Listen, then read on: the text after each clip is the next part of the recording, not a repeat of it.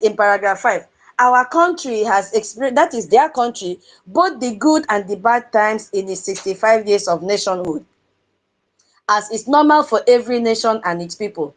We fought a bitter and avoidable civil war, experienced military dictatorships, and lived through major political crises. In all this, we weathered every storm and overcame every challenge with courage, grit, and uncommon determination. I don't know if most of us have this. You can also go through as I'm reading in case I make mistake. While our system and ties that bind us are sometimes stretched by insidious forces opposed to our values and ways of life, we continue to strive to build a more perfect union where every Nigeria can find better accommodation. Hey, God of mercy and compassion.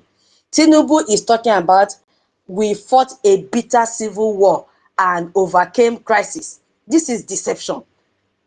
This is pure deception.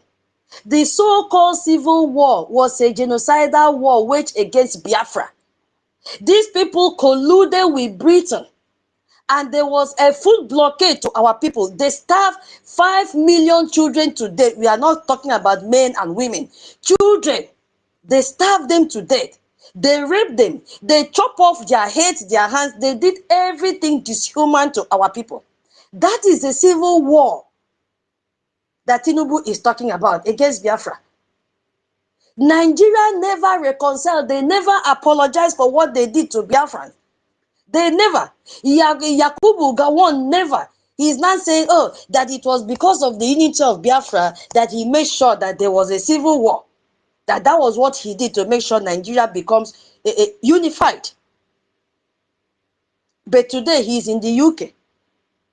So instead of them to give us our freedom, let us just waka jejejejeje.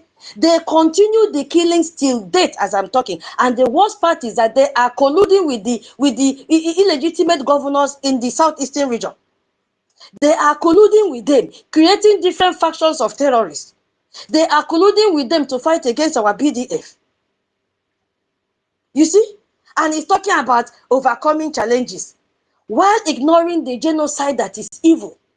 And it is still going on. So calling the Biafra Nigeria war avoidable is an insult. The thing is paining me to my bone marrow. It is an insult because it was a calculated genocide. How can he say it was avoidable? It's an insult.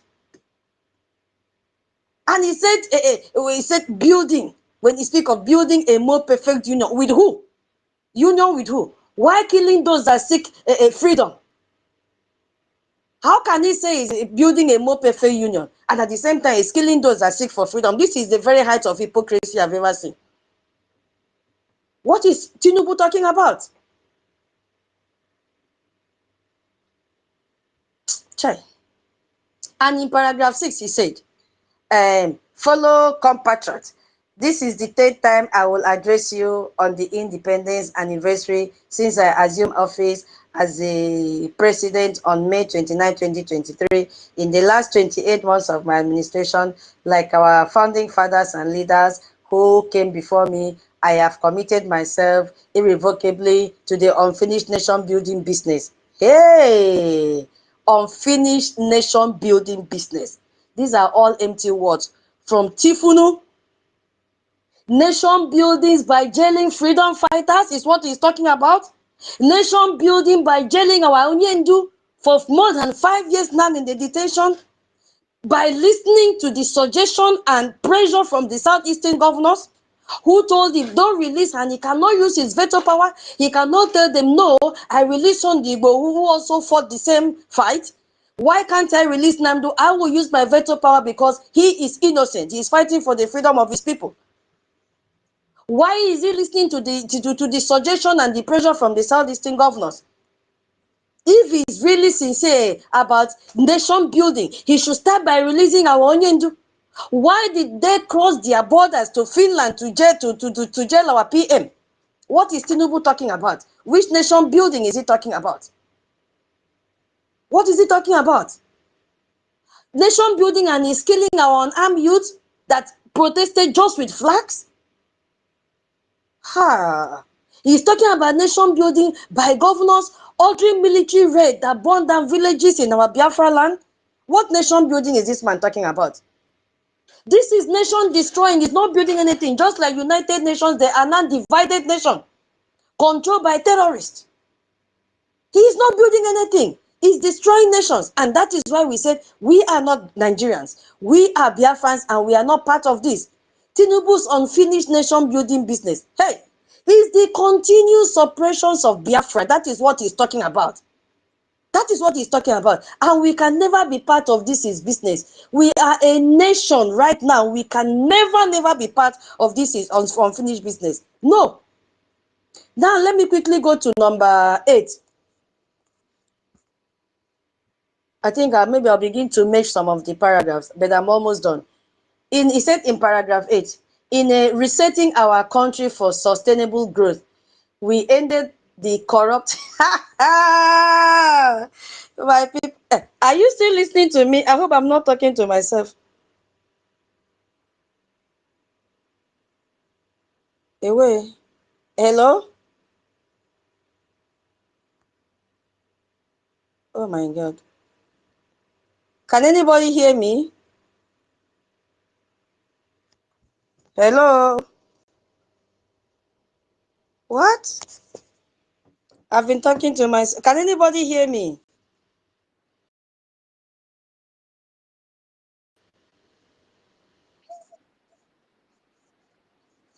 Okay. Thank you. Thank you so much. Thank you. Hello, sister. I can hear you. Everybody can hear you. Go ahead, Abed. Okay, thank you so much. And Madam K, I've sent it again. I Yes, don't know it we go can out. hear you. We Okay, can hear brother. you loud and clear. Thank you. I think I was in number 8. Yeah, in number 8, he said, in resetting our country for sustainable growth, resetting, Tinubu reset. Hey, we ended the corrupt fuel subsidies. Oh my God. And multiple foreign exchange rates. Oh, is that why the exchange rate has dropped all of a sudden? Madam K, I've sent it again. It's telling me I've allocated 2 co-hosts, but I didn't give anyone. Okay, let me send Mike. Maybe from Mike it can. Or you request for Mike again. I've sent it again. Okay. Where did he start? Where did he start?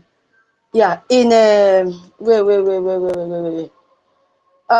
Exchange rate that created massive incentive for a rentier economy, benefiting only a tiny minority. At the same time, the masses receive little or nothing from our commonwealth. Our administration has redirected the economy towards a more inclusive path, channeling money to fund to fund education. Oh my goodness me, healthcare, national security, agriculture, and critical economic infrastructure such as road. Oh my goodness me, power, broadband, and social investment programs. This initiative will generally improve Nigerians' quality of life. As a result of the tough decisions we made, the federal and state governments, including local government, now have more resources to take care of the people at the lower level of the ladder to address our development challenges. Oh my God. Whose father is this? Why didn't they change Tinubu today? Whose father is this? Whose wife? Whose husband is this? A lot of Nigerians that went and depended on a loan or scholarship from this Nigerian terrorist government are stranded abroad because they have refused to pay their scholarship. They have refused to pay, and they are about losing their student visa status. Tinubu is saying he has channeled the money to fund education. I'm using those that travel abroad to school, and they say they will give them scholarship. The funding of education that Tinubu is talking about is to send Nigerians to go out and study Islamic studies and come back and become terrorists. That is where they are funding education. That is what is happening. When they convert you, when you say you are a repentant Boko Haram, they have to send you to get you more radicalized. and then you come back. This was the same thing they used in Niger Delta, which was coordinated by, what is this pig name? Asari Dokubo. So when you hear funding of education, it is nothing more than sending you out to become what? Radicalized. Agriculture he is talking about. How will you go to your farm? Fulani will chop off your head. They know very well. Fulani will kill you. You cannot plant, you cannot harvest, nothing. Fulani will kill you because these Fulani are being funded from this money that Tinubu is talking about. There are no good roads. The only place you have good roads are in the northern part of Nigeria. In our road, what do they have? Pothole. And how many checkpoints? In thousands. Extorting money from our people. So what is Tinubu talking about here? Whose father is this, for crying out loud? These are all lies. Where are the results in what he's talking about? Schools are in ruins. Hospitals are now death traps. Well, how many times have we seen video of snake crawling in the hospital? I'm talking of maternity room, maternity ward. The mothers and the new babies are sleeping with snakes inside. How many times have we seen cows roaming inside the ward? Children's ward, maternity ward, male ward. It's remaining for them to enter the ICU. What is he talking about? How many times have we seen hospitals that have been filled with flood? Patients and nurses and doctors are swimming inside flood to treat people. How many times have we seen the surrounding of the hospitals that have turned to forest and have become habitat for mosquitoes and all wild insects? What is Tinubu talking about? Which hospital is he talking about? Hospitals have become death traps. If you go to the hospital, you will die in the hospital of Nigeria. And this is why they all run out. They travel abroad to get treatment. Farmers are killed daily by the terrorists and Fulani headsmen that are carrying AK-49. They are killed. How many times have we seen evidences out there? The only place money is redirected is into politicians' pockets. Yes, they divert the money into their pocket. So Nigeria see no benefit, only sufferings. That is what is happening to Nigerians over there. That is what is happening. Only suffering. Subsidy removal or other policies have only worsened poverty. That subsidy removal that they fought against, if they fought Jonathan, that he should not. What is happening? It has worsened poverty. And the word he's calling, let me go back and check, inclusive part, that excludes Biafra. Biafrans are not part of what he's talking about because we are not included in anything. We are systematically denied resources and opportunities every day. Meanwhile, these resources comes from our land. And he said in number 9, paragraph 9, he said, fellow Nigerians, we are racing against time.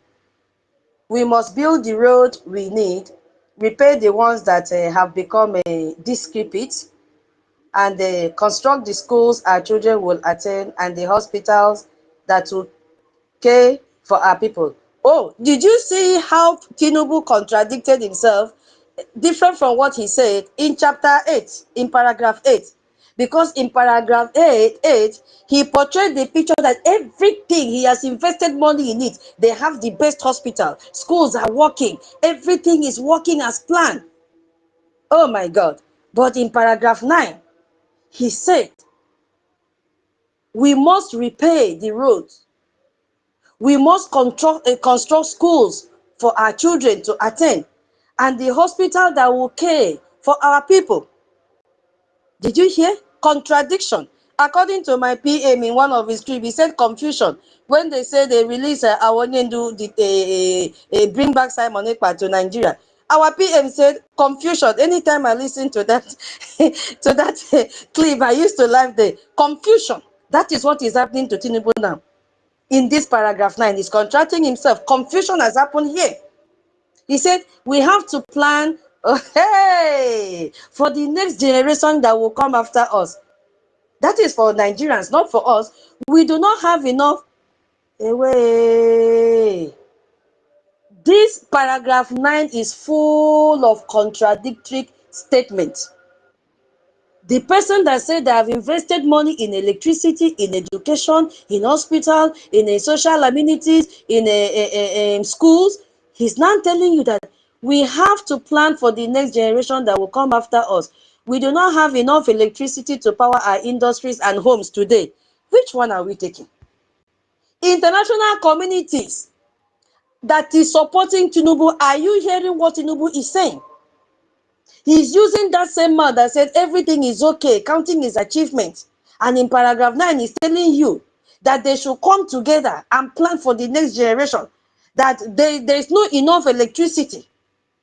There is no electricity to power our industries and homes today. There has never been electricity in Nigeria, not to even talk of enough. There has never been electricity. That is why when you build your house, if you need light, you have to install solar panel. That is if you need light. And if you are not careful, when your community terrorists that they already invaded your community turn around and see that you are living like a big shot, they will come and kill you. So even when you install solar, you are not protected because jealousy comes in. So there has never been electricity compared to what he's saying, enough. There has never been. You will see people very early in the morning queuing at shops that have generator, burning generator, to charge their phones. That is why our people, when they join the space from Biafra land, they'll be saying, my battery is running down. We have a brother here. He will say, my battery is running down. Storm will say, my battery is running down. Rich and Free will say, my battery is running down. And every other Biafrans that log in to our spaces. Why? Because there is no light.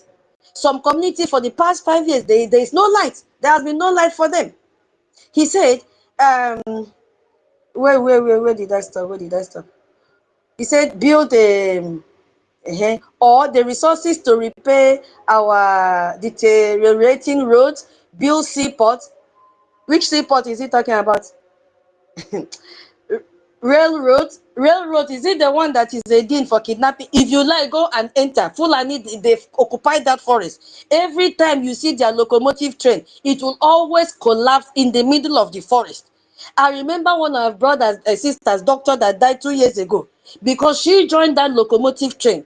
It was a setup, it is a death trap. If you join, it must surely collapse purposely in the middle of the forest, and terrorists will come out and kidnap you.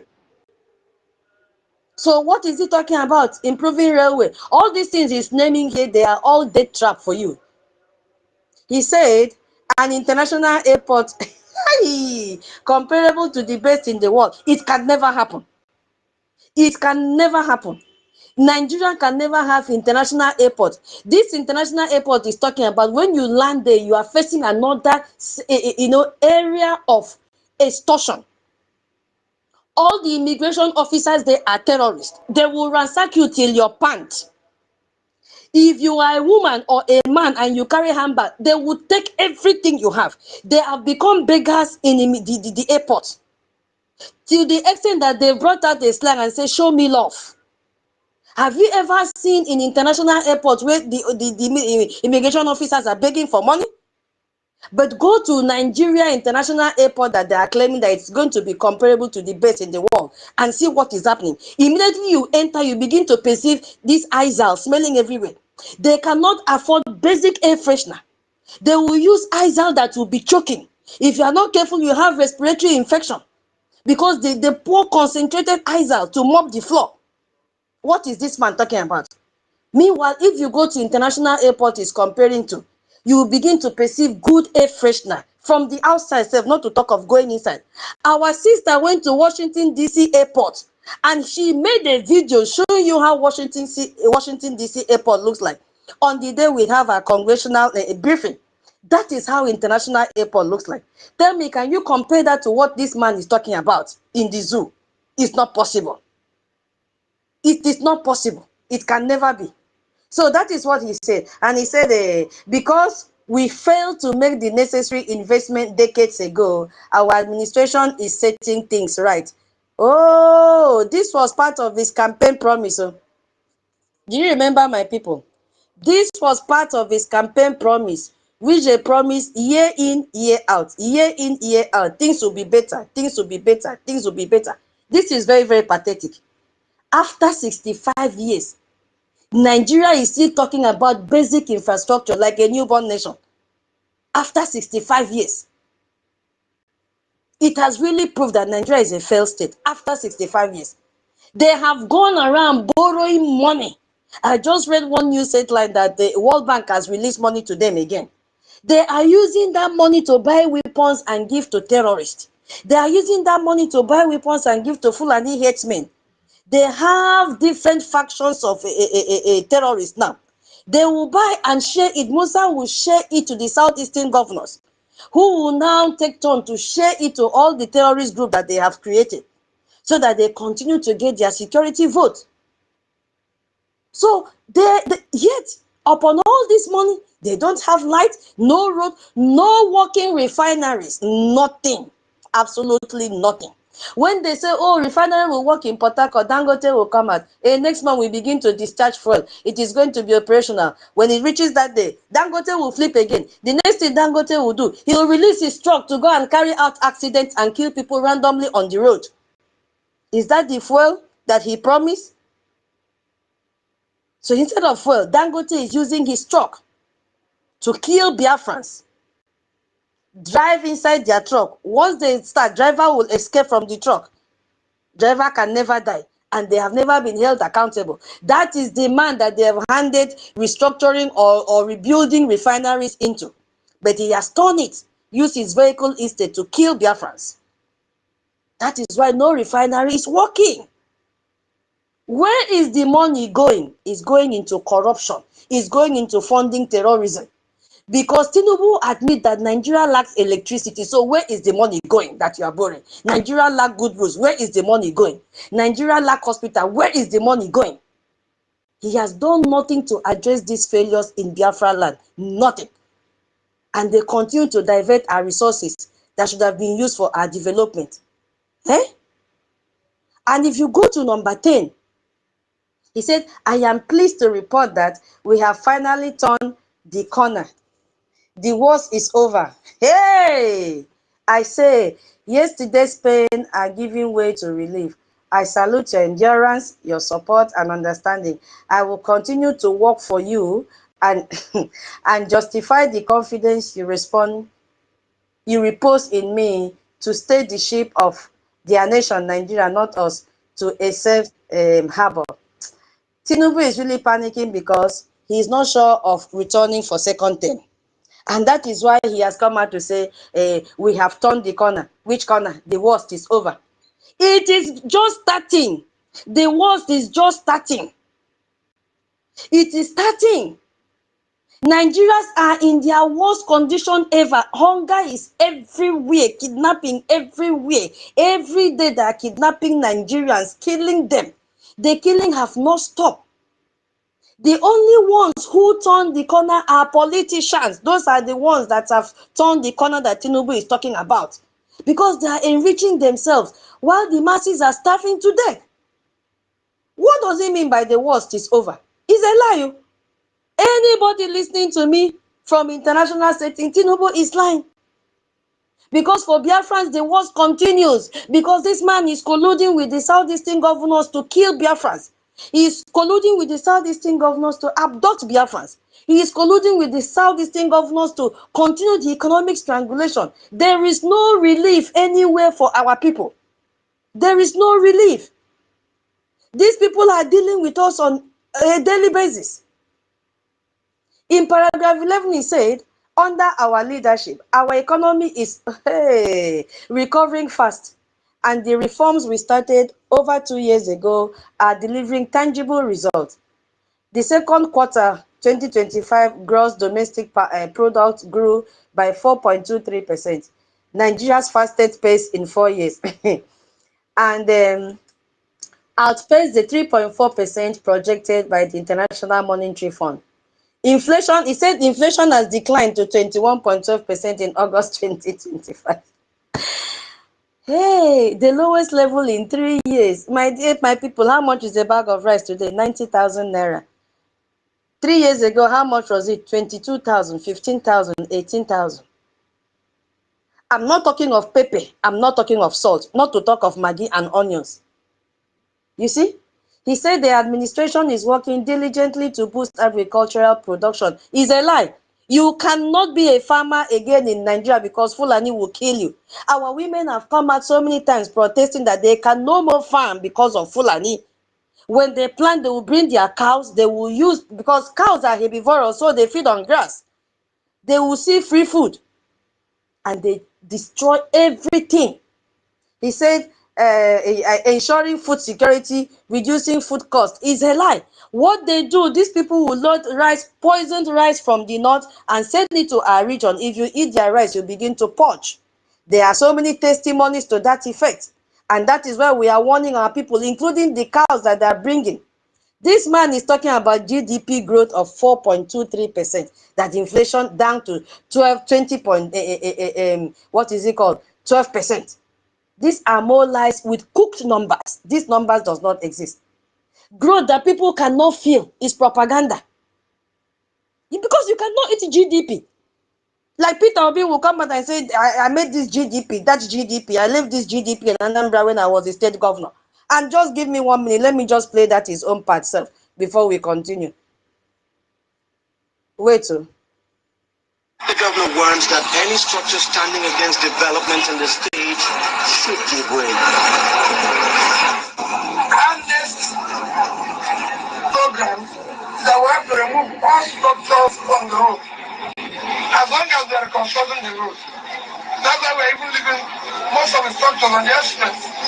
Once we start the work, the structures must go. The governor also made it clear that no compensation will be made by the state government over such demolition. The governor warns that any structure standing against development in the state. That was Peter Obi when he was the governor, demolishing the structures in Old Anambra. And he even boasts on top of it that he will pay no compensation. And today he has jumped out to go and attack Lagos State Governor over the trade fair demolition. You see, the same thing that he did. The same thing that he did. Why did I even remember him? Because of GDP. When they want to lie, they lie with cooked numbers and confuse those that they want to confuse. We cannot eat GDP. We cannot eat GDP. Inflation at 20% still means hunger is there. Because ordinary Nigerians cannot buy rice. They cannot even buy bread or fuel. They don't live in Tinubu's economy. They are living in pain. And that is why Biafrans must do everything possible for us to leave this contraption. We must do everything. If not, the worst is coming. He said in paragraph 12, I think, let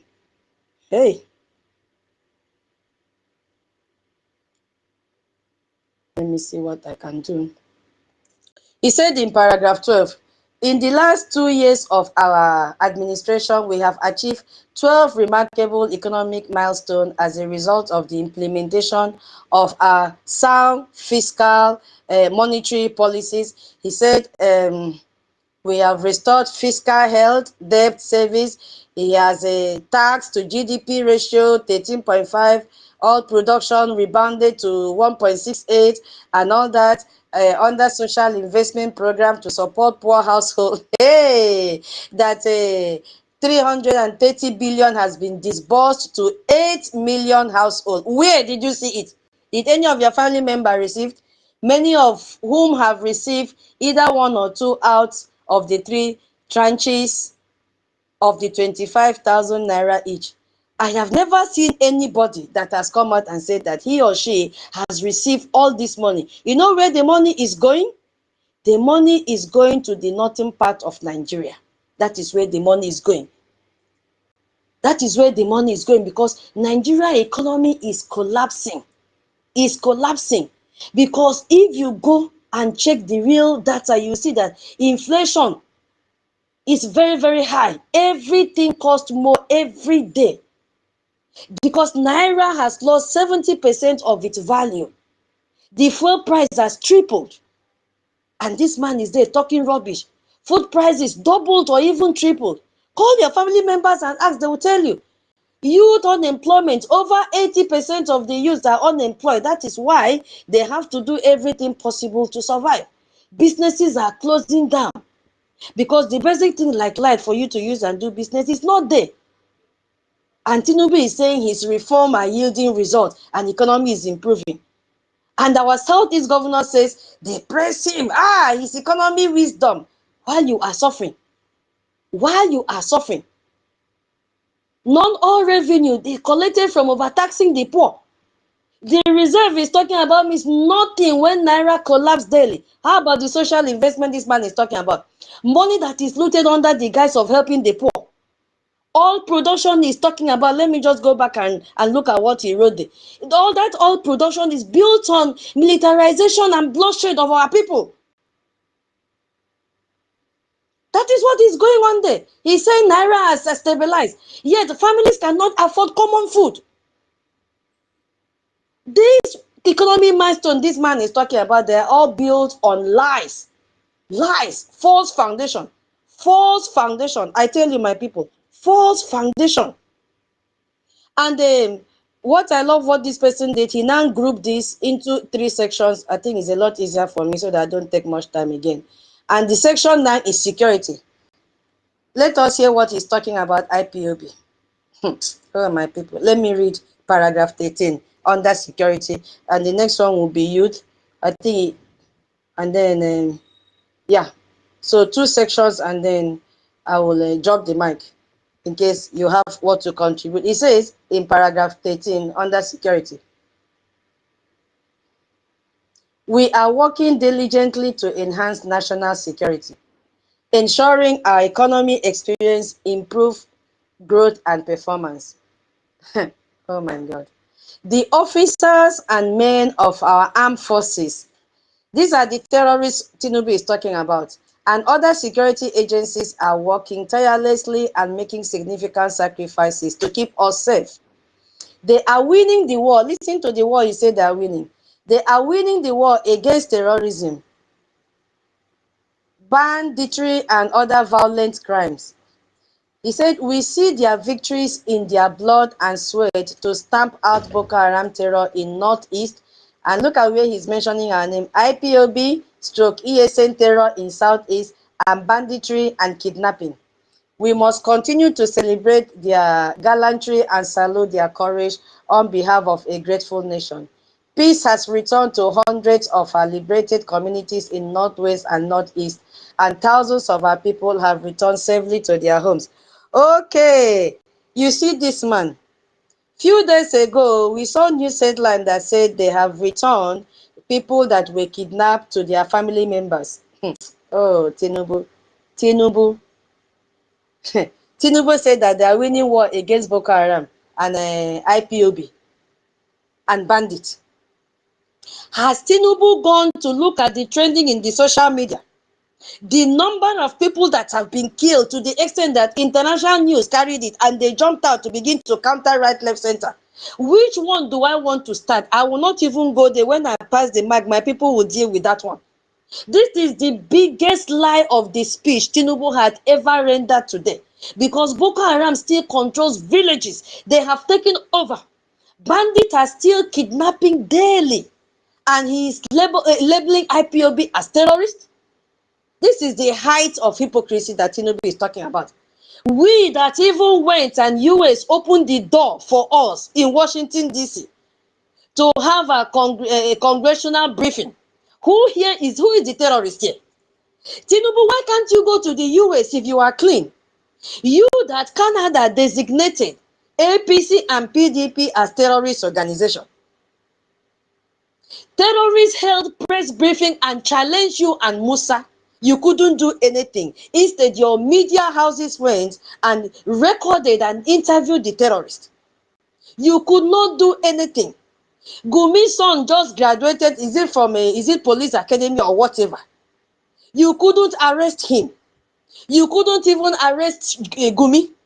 Gumi came out and threatened you that you should not attack the terrorists. If not, they will burn down the zoo. You did nothing. Christians are being killed every day. The Pope lamented. And you said that you have taken control of bandits, of Boko Haram. IPOB has no record of attacking any civilian and they will never have. What we are demanding, because it is us that you are calling terrorists, instead of you to call yourself a terrorist. You are calling indigenous people of Biafra terrorists.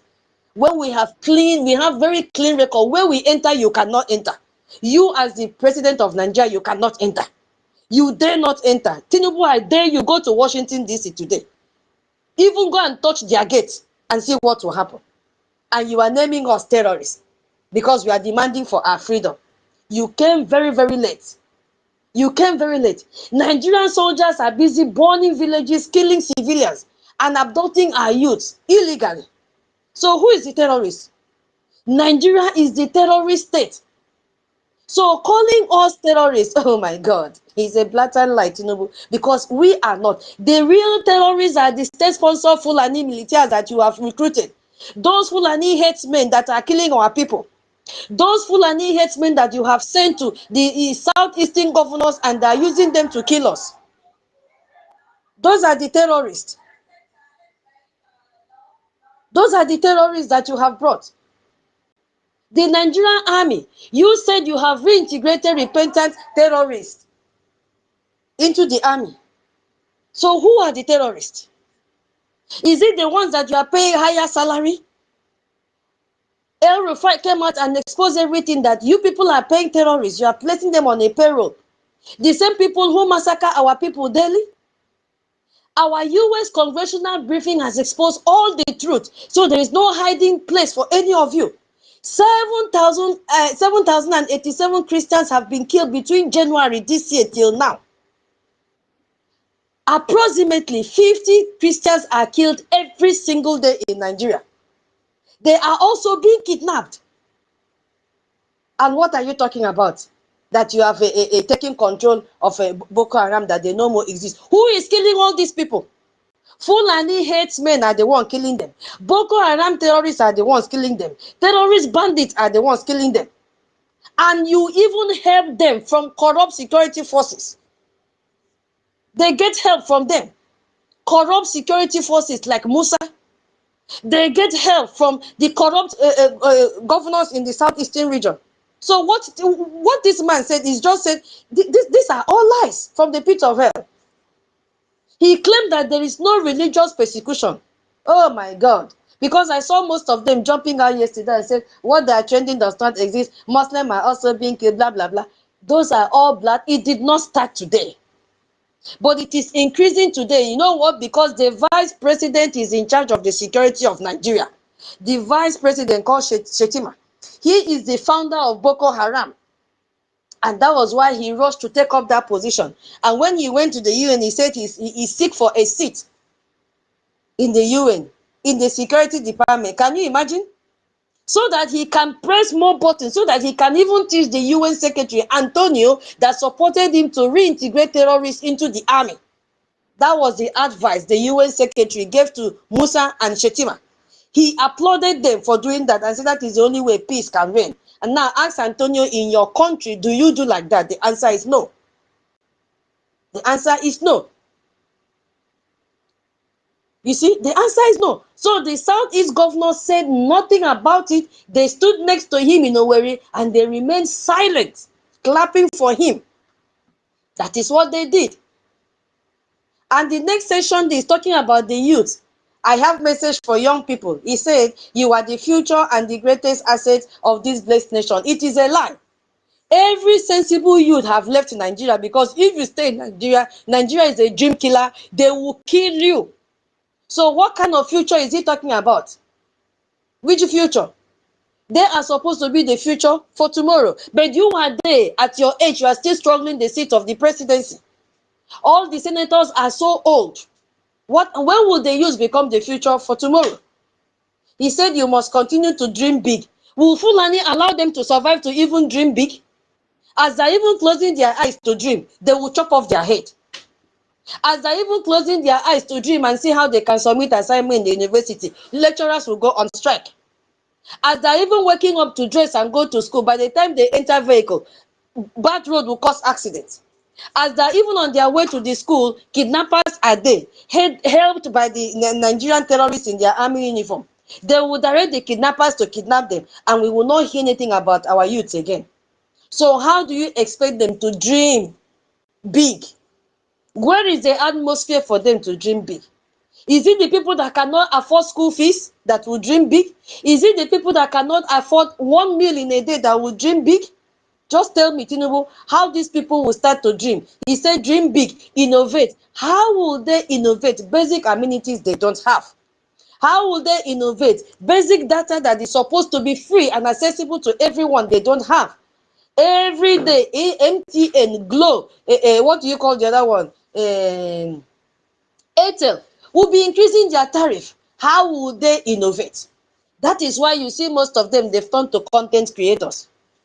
That is what they are doing. Any of them that manage to have smartphone will turn to content creators and begin to spread whether the news is true or not, because they are sure that they will get money from the social media handle when they get more views. And we have some of them in ex-BRGIE. Poverty is the one causing all this thing. Views is what is giving them money. So how would they dream big? And he said, and conquer more territories in your various field of science. Which is science? Science, technology, sport, and the arts and creative sector. This man is just, mocking the youth of Nigeria. He said, our administration, through policy and funding, will continue to give you wings to fly. Fly go where? Which wings? Fulani has cut off all their wings. Where would they fly to? Where would they fly to? A boy will reach the age of 40 till now and is not married. Where is the future of such a man? Meanwhile, in olden days, our parents used to marry like age of 30, 35. You will see a boy at the age of 40, no wife. Because he cannot even feed himself, talk less of going to bring somebody's daughter. Not to talk of having children. Okay, if he have children, the wife is pregnant. Did he even eat food that he will begin to clap very well, have the strength to clap to pregnant the wife? Clapping requires strength. How will he clap when he has not eaten? How will he score the goal when he himself is malnourished? Tell me, how will that happen? Where is the future of that boy? Now, if the wife mistakenly get pregnant, can he afford hospital bill for delivery? The answer is no. Can he even afford money to buy the basic baby things and prepare for the birth of the baby? The answer is no, because the guy is not working. You have chopped off the wings you are telling them to use and fly. Fulani has chopped off the wings. Southeast governors have chopped off their wings and packed the wings and give to their children to study abroad. So what is Tinubu talking about? He said, we created NEL fund to support students with loan for their education pursuit. Is a lie. Nigerians are stranded. How many times have we seen video that they have refused to pay their scholarship? You see, they said approximately 510,000 students across 36 states and FCT have benefited from this initiative. I have never seen anybody from my state that have benefited, because they have cut away the Biafran territory from all this money that they are sharing. We saw it clearly when European Union brought humanitarian aid and only gave to the northern states.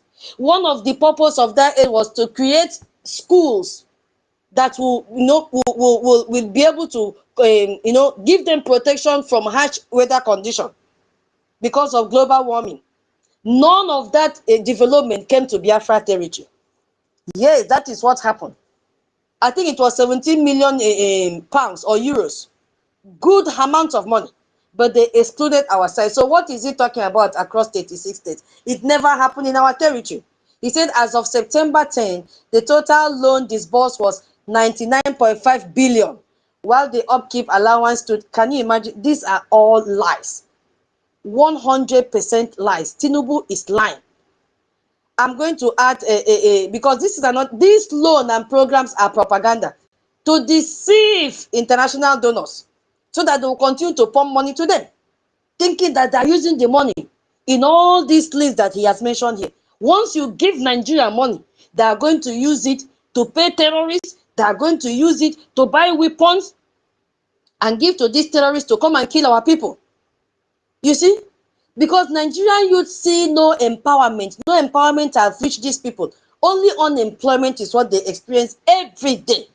Employment now, before they give you job, you must join cult. Or it is man, no man. Without that, you can't get a job, no matter how qualified you are. Poverty has increased, and they have been forced to migrate. That is why thousands drowned in the Mediterranean Sea, fleeing this failed state called Nigeria. So Tinubu Youth Empowerment Program does not reach our people. It doesn't reach Biafran youth. Instead, they are profiled, they are arrested, they are killed, they are kidnapped. The only thing that reach our side is kill them, harvest their organs. That is what they are doing. So our future lies in Biafra, not in empty promises. So I'm going to crop from this place to 22 and then just summarize and then take some water. And this last one is a message for hope that he gave. And he said, fellow Nigerians, I have always candidly acknowledged that these reforms have come with some temporary pains, the biting effect of inflation.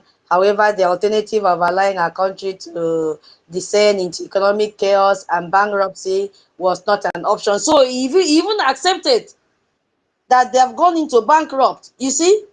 The accurate measurement of our success will not be limited to economic statistics alone, but rather in the food on our family tables, the quality of education our children receive, the electricity in our homes, and the security in our communities. Let me assure you of our administration determination to ensure that the resources we have saved and stability we have built are channeled into these critical areas. You see what he's talking about? And then, therefore, on this 65th anniversary of our independence, my message is hope and a call to action. The federal government will continue to do its part to fix the plumbing in our economy. Now we must all turn on the tap of productivity. You see, this man, oh my God, this is called evil deception. I'm telling you. That temporary pains and the hope for the future is really paining me to my bone marrow because this is deception. Nigeria has been promising temporary pain since 1960. Every decade, they say better days ahead, better days ahead, better days ahead. But the reality only worsened every day. How long must people suffer for leaders to live? How long? How long must people suffer for leaders to live in luxury? Because people are suffering for them to live. Before you know what is happening, they will travel out. Look at what Bishop Toka just jumped out to say. He is benefiting from this money as well. He has his own security men protecting him. But he jumped out and said security has improved in Nigeria. These are permanent pains that Nigeria has leveled on their citizens. He said hope is a trap. I just saw hope is a trap. Biafrans will not be fooled into believing in Nigeria. We don't even have business with them. Because these people have denied us justice, equality, and security. So there is nothing to celebrate in a country that is built on blood. Absolutely nothing. There is nothing to celebrate in a country that is built on corruption and lies.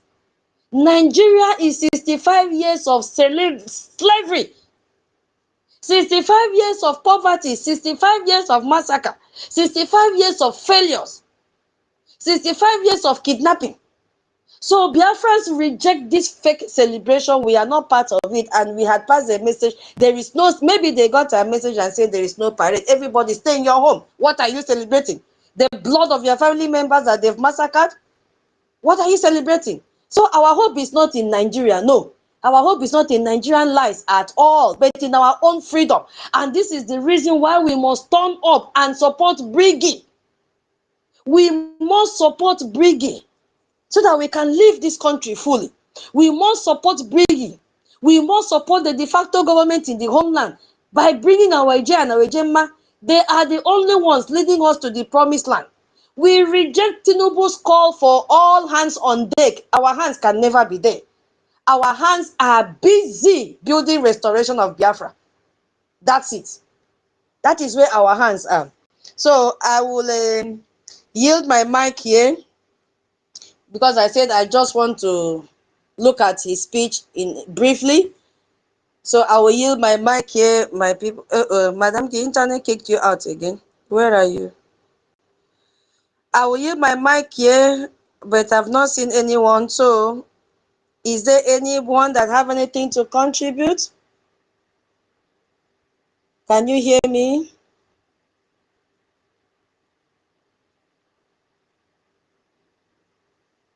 Can anybody hear me?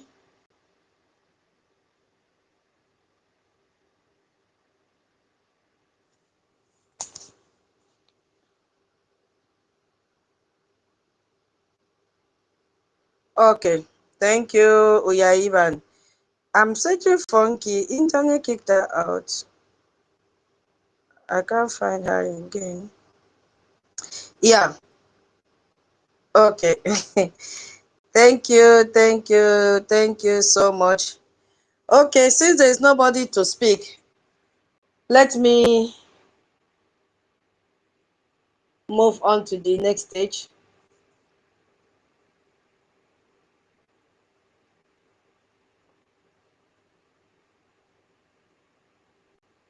Um,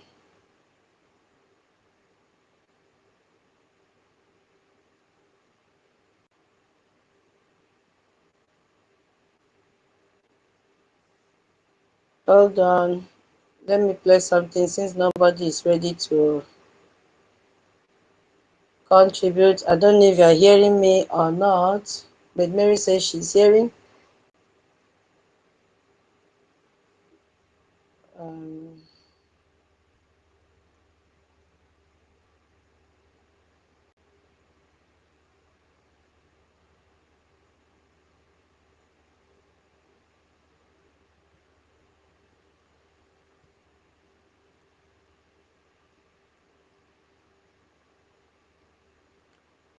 okay.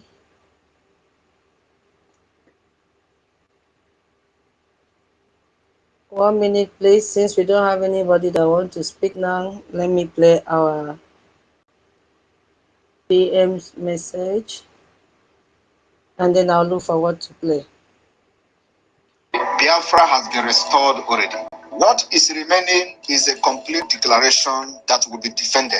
And before that happens, there are many things that we need to put in place. I want you to recount the achievement of the Biafra Republic government in exile under the leadership of Simon Ekpa, what we have achieved in 2023, and ask yourself that question again, and you will look very stupid. We have been able to form government in exile in 2023. In 2023, we have formed the de facto government. In 2023, we have launched Biafra. Please share the space, please, Biafrans. Share the space, share the space. Only 20 people have shared the space. Please share the space. Thank you. In 2023, we adopted Helsinki Declaration, which is the constitution of Biafra. In 2023, if you have forgotten to share the space, kindly share it. Thank you so much. Gathered from all over the world as delegates to vote on the Biafra Charter, which is a living document subjected to amendment. In 2023, we have created 40 states of Biafra. And believe me, many more states will come because we are not done yet. In 2023, not only that we created state, we also brought a redesigned and a redrawn Biafra map to reflect the current situation and the current demography of Biafra. In 2023, we started engaging officially Nigeria state in a guerrilla warfare on self-defense. In 2023, we officially and publicly engaged Nigeria terrorist army, and we are neutralizing them on daily basis. It has never happened before in the history of Biafra after the war. In 2023, we publicly and we openly made sure that Nigeria doesn't kill again in Biafra land and go free. So if you look at those things I've mentioned and those ones I have not even mentioned, are you still going to challenge Simon Ekpa that Biafra has not been restored in 2023? Biafra declaration is not about mouth pronouncement. It's about putting every structure in place. It's about putting every mechanism and measures in place to shaping the map and the structure of Biafra. I'm just playing our PM's we have message designed the economic viability of Biafra. In 2023, we have kicked off the Biafra Urban Development Project. In 2023, we've made a lot of impact globally. In 2023, the Biafra awareness gained the highest momentum in the history of Biafra since after the war. In 2023, we made the Nigeria terrorist army to cry on the floor of National Assembly. It has never happened in the history of Nigeria. In 2023, those who are serving as the agent of Nigeria, benefiting from the corrupt entity called Nigeria, openly called for persecution, execution. Okay, Onyenye, your hand is up. Please go ahead. Okay, can you hear me? Yeah, go ahead. I can hear you. Okay, thank you very much, Sister Tutor, for hosting the space. I greet all Biafrans. Good evening, good afternoon, good morning, depending where you may be streaming from.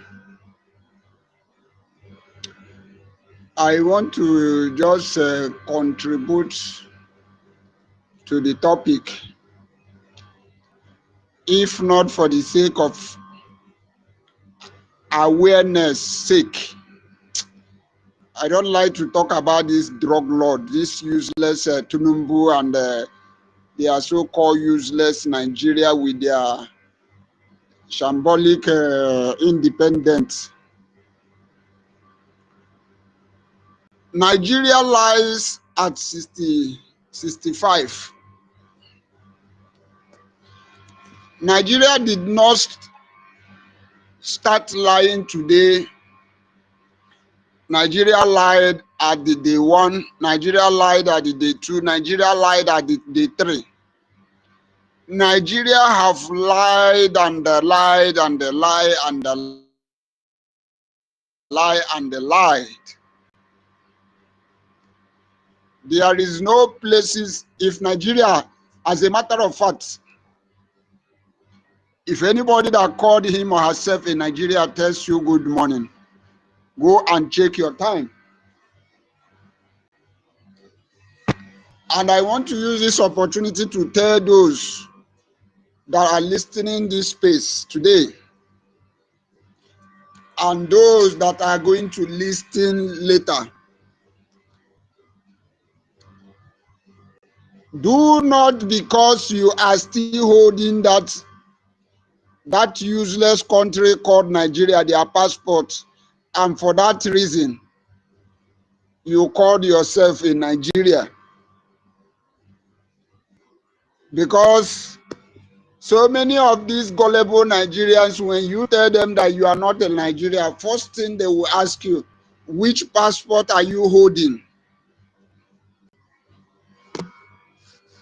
So for you listening and for you that are about that will listen later, disregard that passport that you are holding.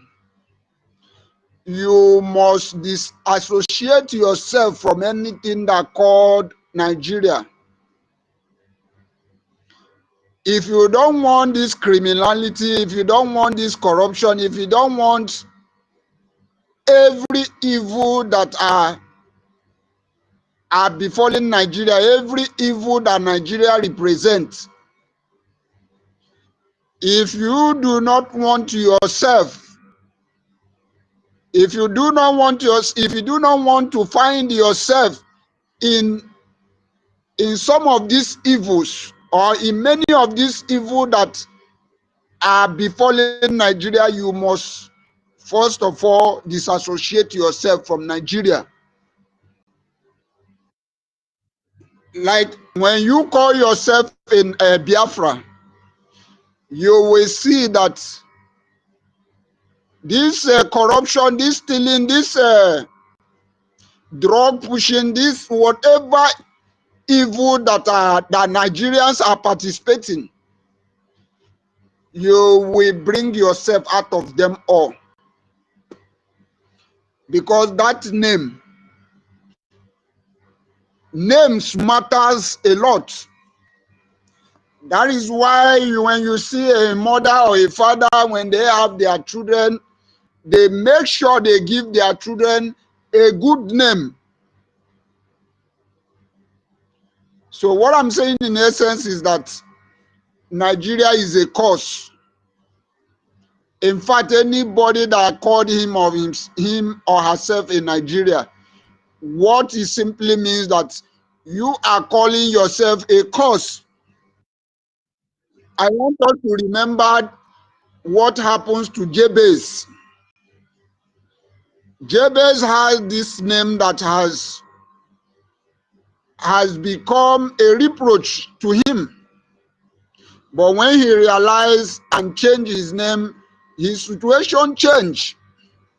So I am calling all Biafrans.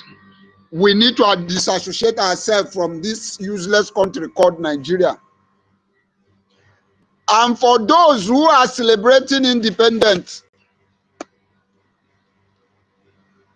I want to tell you, I want to categorically tell you that if you are among the gullible Nigerians, among these useless Nigerians that are celebrating independence, I want you to know that you are celebrating the death of your children.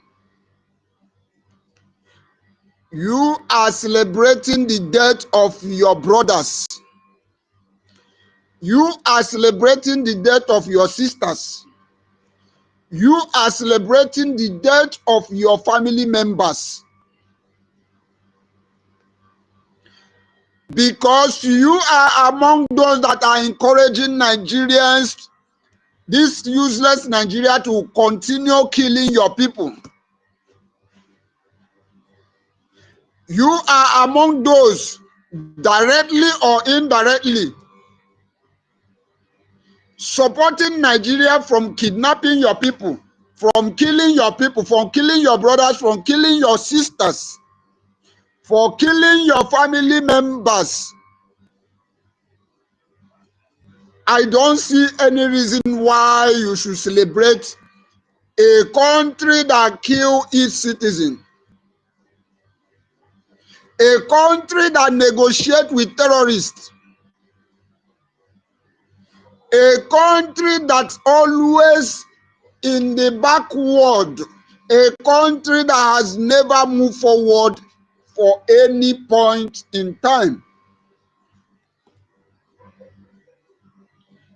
And that is why most of the cases, when I see some of these useless Nigerians lament, cry, I just look at them. I say, what kind of people is this?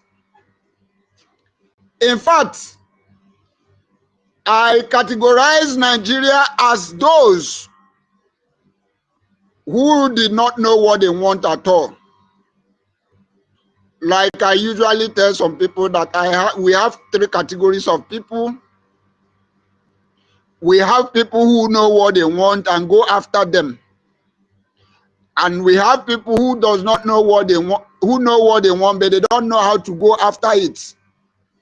And we now have this categories of people who does not know what they want and does not even know how to. They don't know what they want at all. Nigerians, if you call yourselves a Nigeria, you fall into this category that does not know what they want. You are a very confused people. I can't just imagine what this Nigeria. In fact, well, Nigeria is just a nonsense. I want to encourage our Biafrans that what matters to us, the only thing that we have is Biafra. And we must do everything possible. We must do everything to get this Biafra, knowing fully well that freedom is not given, freedom is taken. And we must take our freedom. I don't even know if there is anything called celebration of independence. I don't even know that October 1st is their independence because it's as useless as anything. So I want to use this opportunity to thank all Biafrans who have gathered here to preach the gospel once again.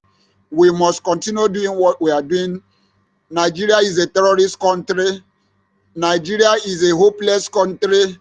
Nigeria is a country of no hope. Nigeria is where animal, if I should call them zoo has becoming, they used to upgrade.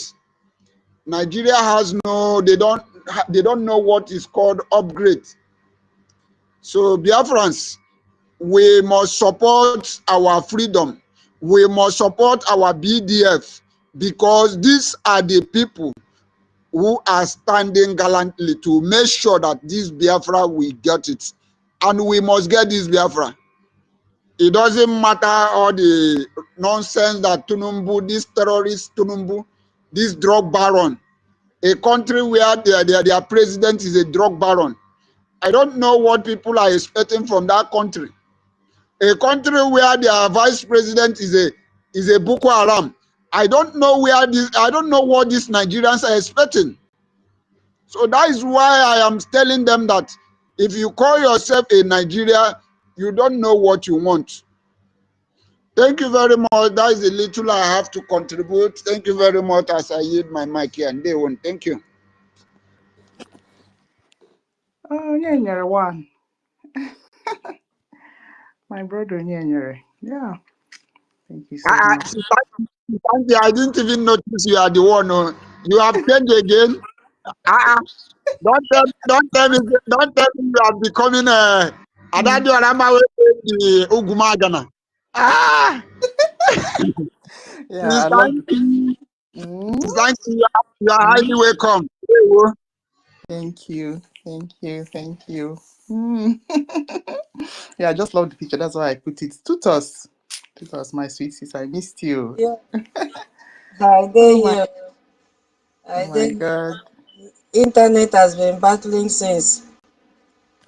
I know. Let's Yeah, bring up but Mama and Cyprian. All right.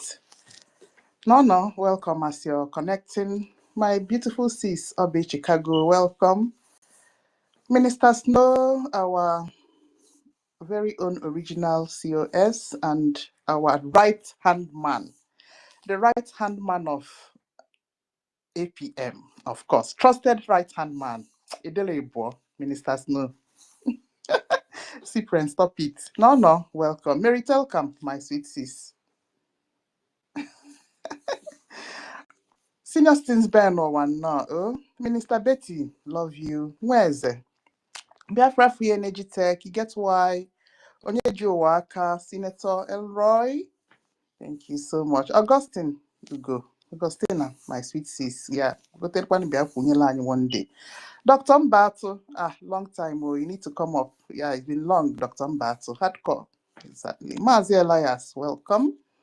Simon Ekba, Ndidi Stella, my sweet sis, welcome. Lewem, long time. Oh, Mr. Samuel, chai, to go wow.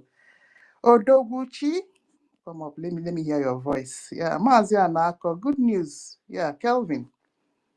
How are you, Kelvin? Solomon, John, OJ. Wow, blessed child. Mondo Sas, Oluchuku, Nsi. See, long time. You need to come up. Let's hear your voice. Holland, Dalorin, thank you. Holland, my brother. Salome, Afam Otegokwa. Orevogene, yeah. Sacred Biafra, Silver Blue, William Elui, Biafra, Stanley, sweet brother. Chivo, yeah. Mr. Joe, no. Wamba, CN Rock, Reality is dead. Simon Ekpa, yeah, legendary. Otegokwa Vision, Ochendo. Mami Chichi, Obiora. And Jay, Oscar Chooks, Nkemcho, Sam NZ. They come from Orabugoro Fulani. This your name, eh? Let me follow you back. All right. Enyi. Nwabonnia, Uchenna, onye nkuzi. Yeah. Tiens, Nwabo. Enene enwite, ogbonyo ọkụ. Okay. Yeah, sweet space. Yeah, before we... Oh, Dr. David Nana, my sweet brother, you came up. No, oh. Okay, so I just want to... Yeah, I'm having a little bit of headache, but just let me give us motivational speech. Once again, so that we'll remember our quest and our dream of where we're headed to. Don't mind that brog lord. All he lives is on lies. When he writes that nonsense, he will expect the international community to read it. So he knows where he's presenting that his nonsense to. The funny part of it that they all know that he's running an evil empire. Sorry about my voice. An evil empire. Yeah, but the problem is the only thing that he uses to attract them is what we have in our land, and all of us know. And that is why we are fighting. There is no other dice that is being dangled on these international communities that supports Tinubu and his terrorism, except what we have. That thing is those things are our own. On Kanye Kobo. And we must use the claim to those things to get what we want. That is what we are saying, my people. Are we relenting? Are we slacking back? Yeah, because I noticed a little bit of slacking. We need to ginger you people up again. Oh. I want us to remember what we want. That thing that we are. Are we going to disappoint Onyendu? Mbano. Mazen Nnamdi Kanu have gone too far on this struggle. He has put in a lot. I don't even want to talk about our PM. Please. Mazen Nnamdi Kanu have sweated on this struggle. Are we slacking back, my people? This is not a time to slack back, my people. We must continue. We must continue. Apart from fighting for Biafra, are we slacking back? What about this other side of these jihadists? So the quest to go and continue to look for a Gemma and continue our donations is of utmost importance. In our position, who are we leaving this thing for?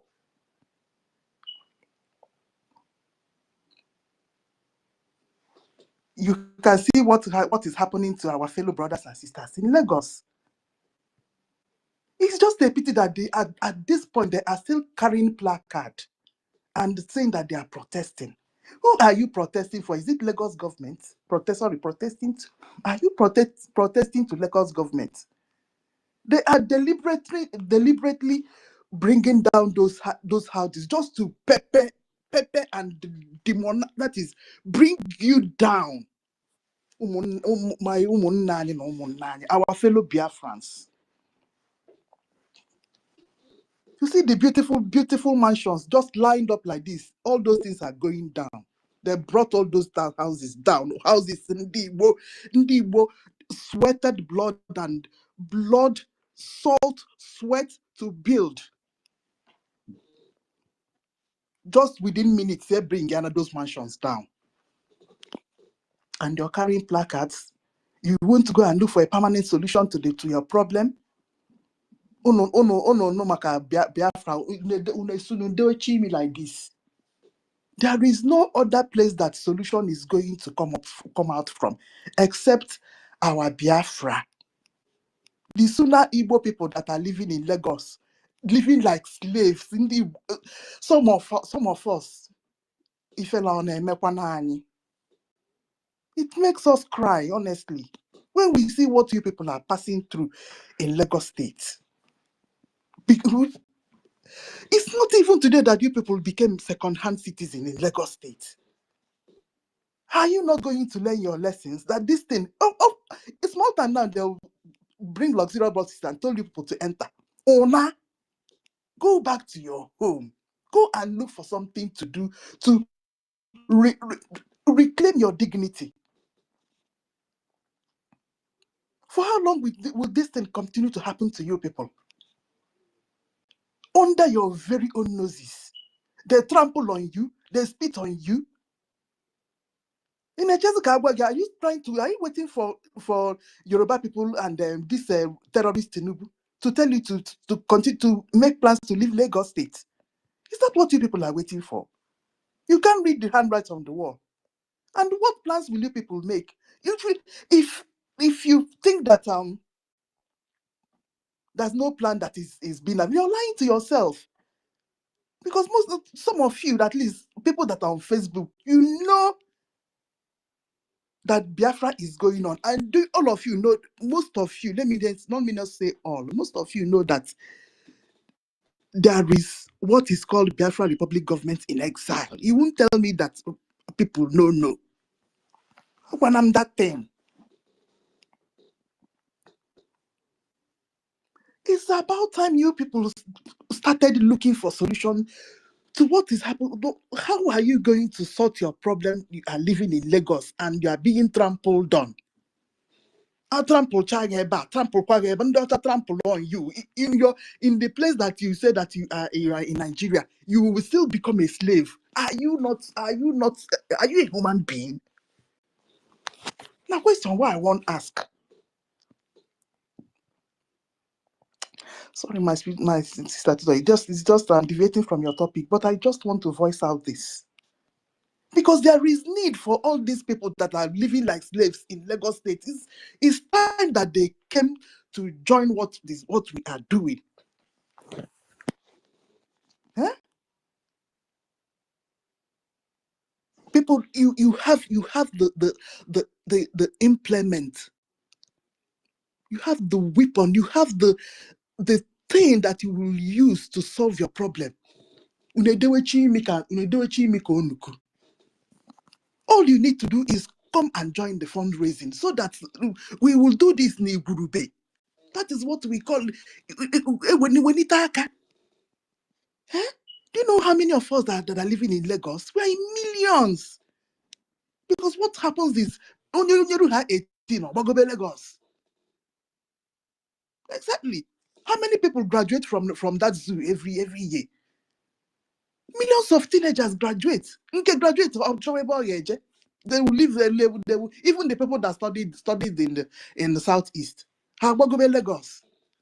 Lagos has developed even inside Badagry, and they developed here now because the whole place is Jugo. You see?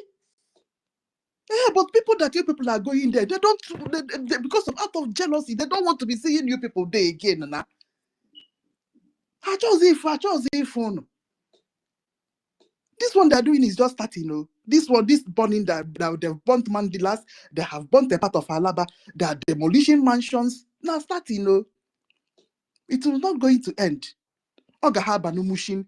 And the places that are these people, including the places that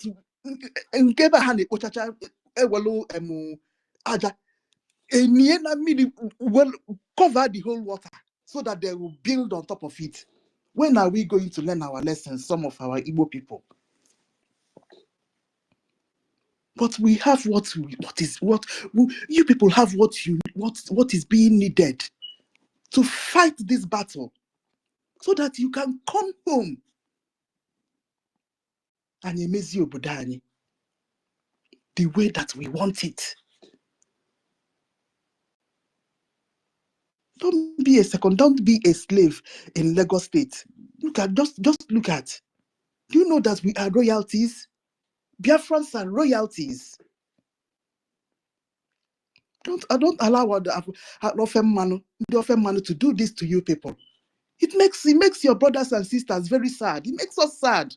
We see how you people are crying about on the timeline. You cry on Facebook, you cry on TikTok, you're crying because they're demolishing your houses and there's no compensation and there's no relocation, nothing. Oh, just they demolish here. You try to you look for another part of Lagos to go to. What nonsense. Let me bring up MID. Dr. David, no, Minister Snow came before you. Minister Snow, if you're ready. If not, Mary came. Mary's before you. Yes. Okay. Good morning, everyone. Good morning. Tutors, good morning from here, and thank you very much for hosting us and all that you've done this morning. Sister Kiru, I feel you, and I hear you. I hear you loud and clear. You know, but I want to remind you this, right? This same our people that you're talking to now that are in Lagos are the same people that our dean Ojukwu went to and told them when they started this their face start, he cried. He was sad for what our people were doing. Just imagine how many years ago that was. As if he saw all that is going on, that has been happening for the past 2 years. They've been demolishing our people's homes. For the past 2 years, they've been demolishing and demolishing. Sorry, everyone, please forgive my manners. My dear sister Obi Chicago, David, MID, good morning. It's so good to see you. My six, no, good morning. Mary Telcam, Cyprian, good morning, my brother. Dear sister Betty Ford, Hardcore, OJ, Uncle Ben Owabo. You get why? Uncle Samuel, I've not heard your voice in a minute. Abi, when you're speaking, I'm not there. OJ, and every Biafran who is listening, because onye wenarumi if I didn't call your name, Solomon, and everyone, Bike Kenemun. Rage and Fury, how is my little girl, Rage and Fury? I hope she's doing okay. Everyone on this space, just know that I will steal from my dear sister Abigail, the Texas deputy admin. I will stand on all existing protocols in case if Sister Stella comes up. I know she's going to call everybody. So I will stand on all that protocol that will be mentioned or that has been mentioned. So let me go straight into what I wanted to say because, our people in Lagos, like you just rightly mentioned, they're in their millions. That's why the Lagosians or the indigenes of Lagos or the Yoruba people who live in Lagos see them as a threat because their number means their political power. Their political power to change the decisions that goes on in Lagos. But this is what happens. When someone kills your brother, kills your own, your family, your friends, your kin, and you don't react, when they demolish the properties of the other people in this area and you're in the other side and you don't react, and the general Igbo people who all of them gather together to drink in occasions in the name of Nafaneme, either end of year party or community meetings or all of that. There is no reactions when these things are done to them. What then would deter the people who are committing the crime against them from doing it? Nothing. Rather, they will still do whatever it is that they have done because they know that if they do it to you, nothing is going to happen. The same way our leader Mazen Nnamdi Kanu was kidnapped and nothing happened. Our people don't understand that any Igbo man, be it innocent, name any Igbo man, it doesn't matter how wealthy you are, any Biafran can be picked up by the Nigerian state at any time for no reason. That is because we have permitted it to happen to our leader Mazen Nnamdi Kanu. That is what the people in Lagos are experiencing today. Part by part, they are destroying them. This is what I tell them.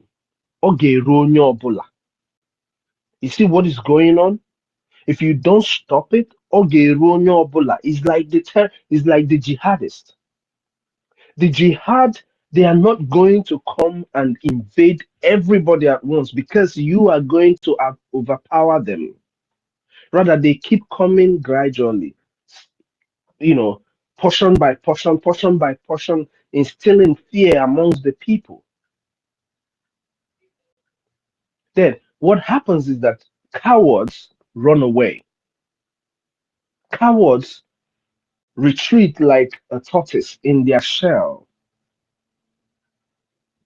But a man who truly understands what it means to stand for your brother, for your king, even for human, will rise up.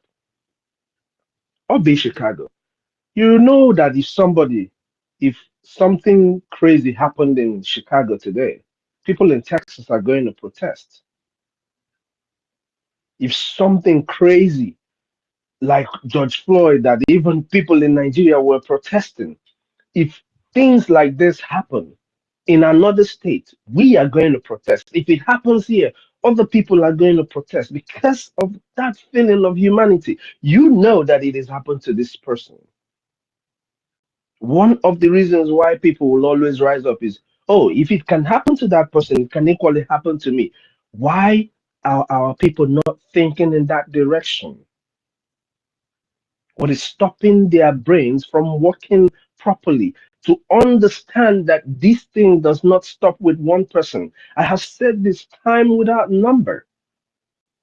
Terrorism, Nigerian terrorism, does not stop with one person. It doesn't stop with one community. It doesn't stop with one state. Before now, we don't have all these number of states that are being hit at the same day. We didn't have it happening in Kwara, all these states. Before, they were concentrated in Benue, and people looked at the Benue like, oh, it's just Benue people now. It's Benue people. It is happening in Plateau, Sokoto, Meduguri, Kwara, everywhere now is receiving it. The more you keep quiet, the more you keep silent, you embolden your oppressor. Your quietness, your silence in this face of oppression against your brethren is emboldens the terrorists, emboldens these oppressors that are doing these things to them. Now you talk about all this rubbish that this Tinubu was saying today.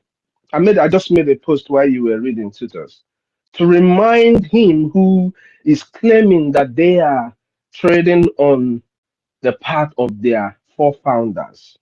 In case they forgot, this is what their forefathers, their is it whatever they call it, their founders said. They are baby founders because they were kids when they founded Nigeria. In case people don't understand, these men that they call their forefathers or whatever founders, they were kids, and this is part of what they said, or this is something, the major things that they said. Since 19, this is from Amadu Bello. He said, since 1914. The British government have been trying to make Nigeria into one country, but the Nigerian people themselves are historically different in their backgrounds, in their religious beliefs and customs, and do not show themselves any sign of willingness to unity.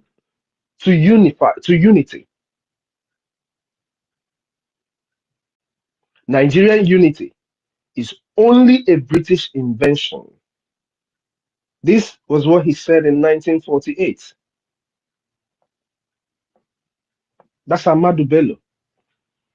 And Tafawa Balewa said, that's the Yoruba man, he said, Nigeria is not a nation.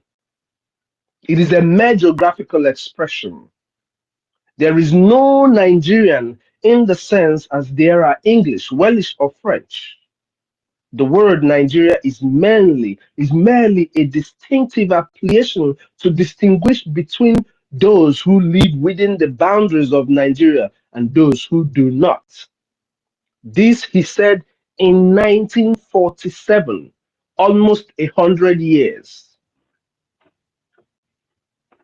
And the Efulefu in our land, the Fulani father, the Efulefu in our land,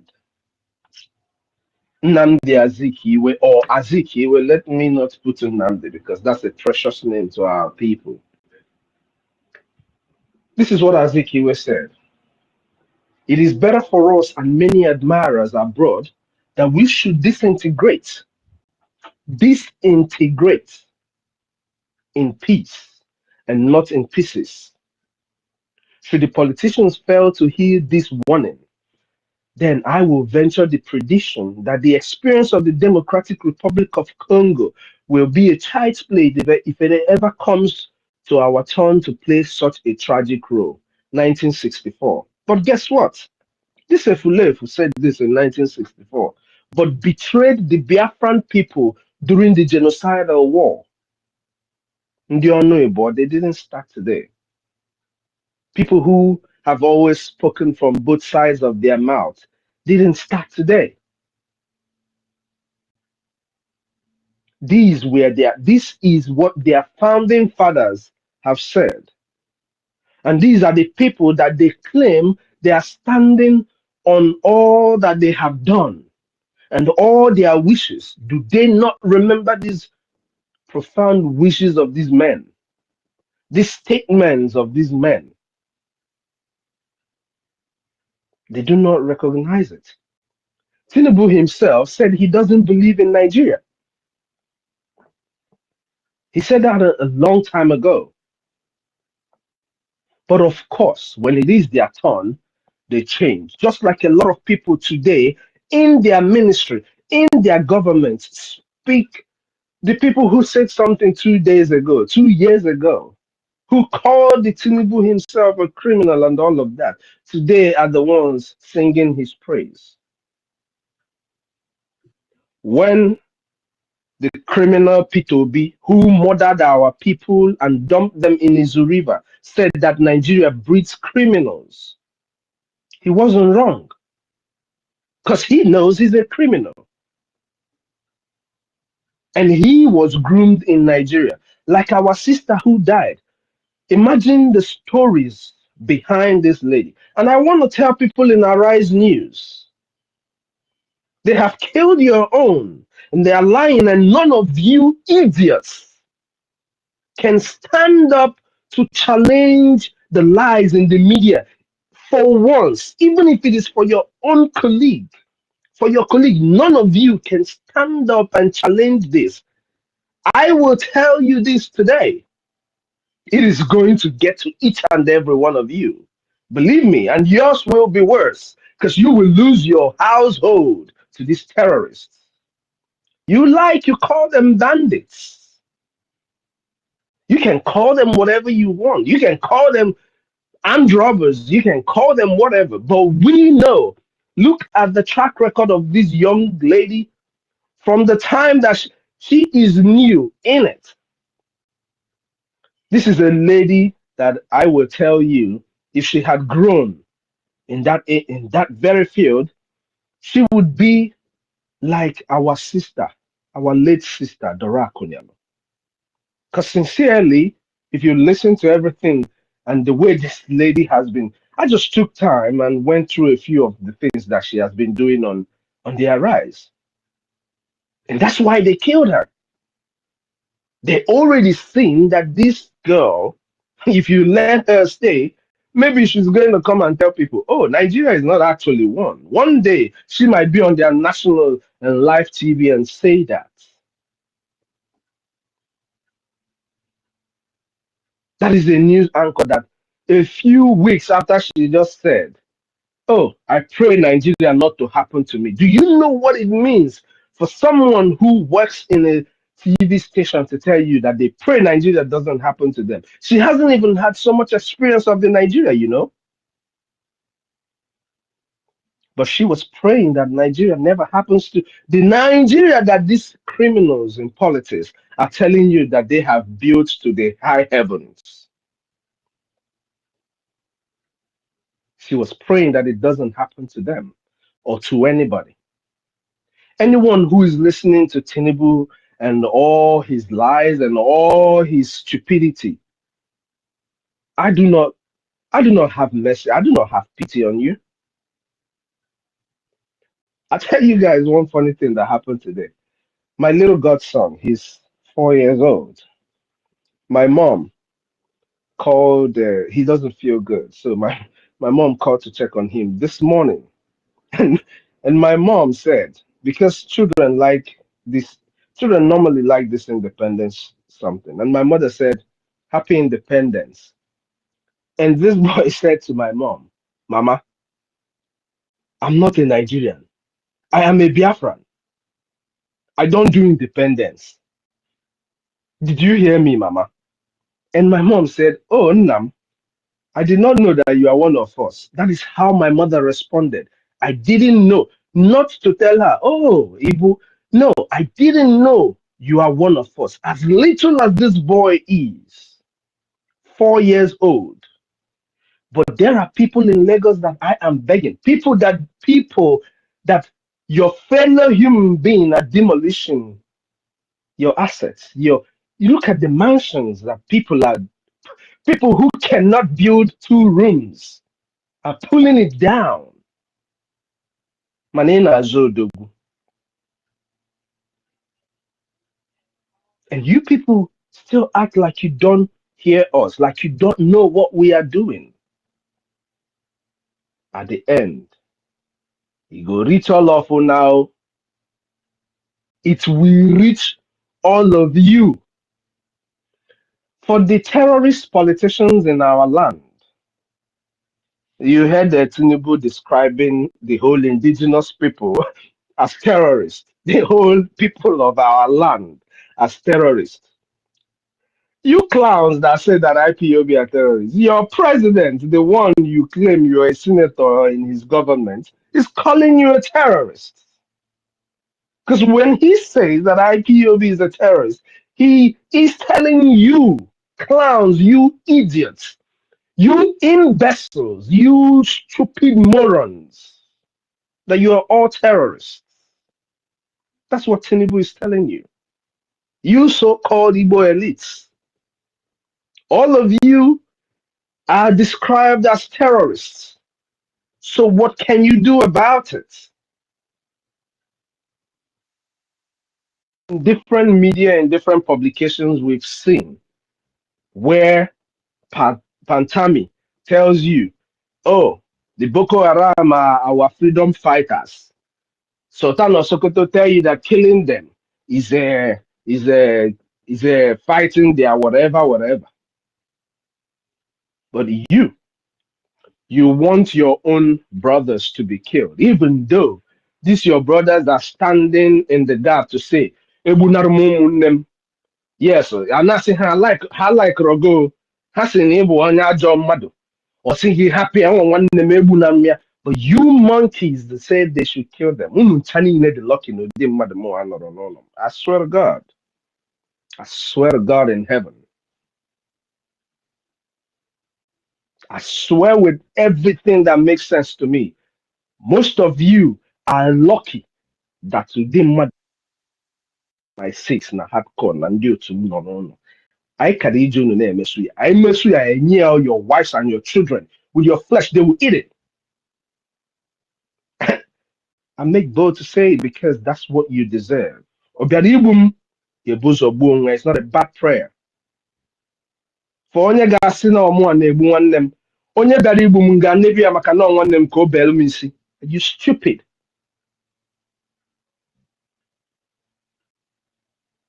It is time our people realize that our freedom is truly in our hands.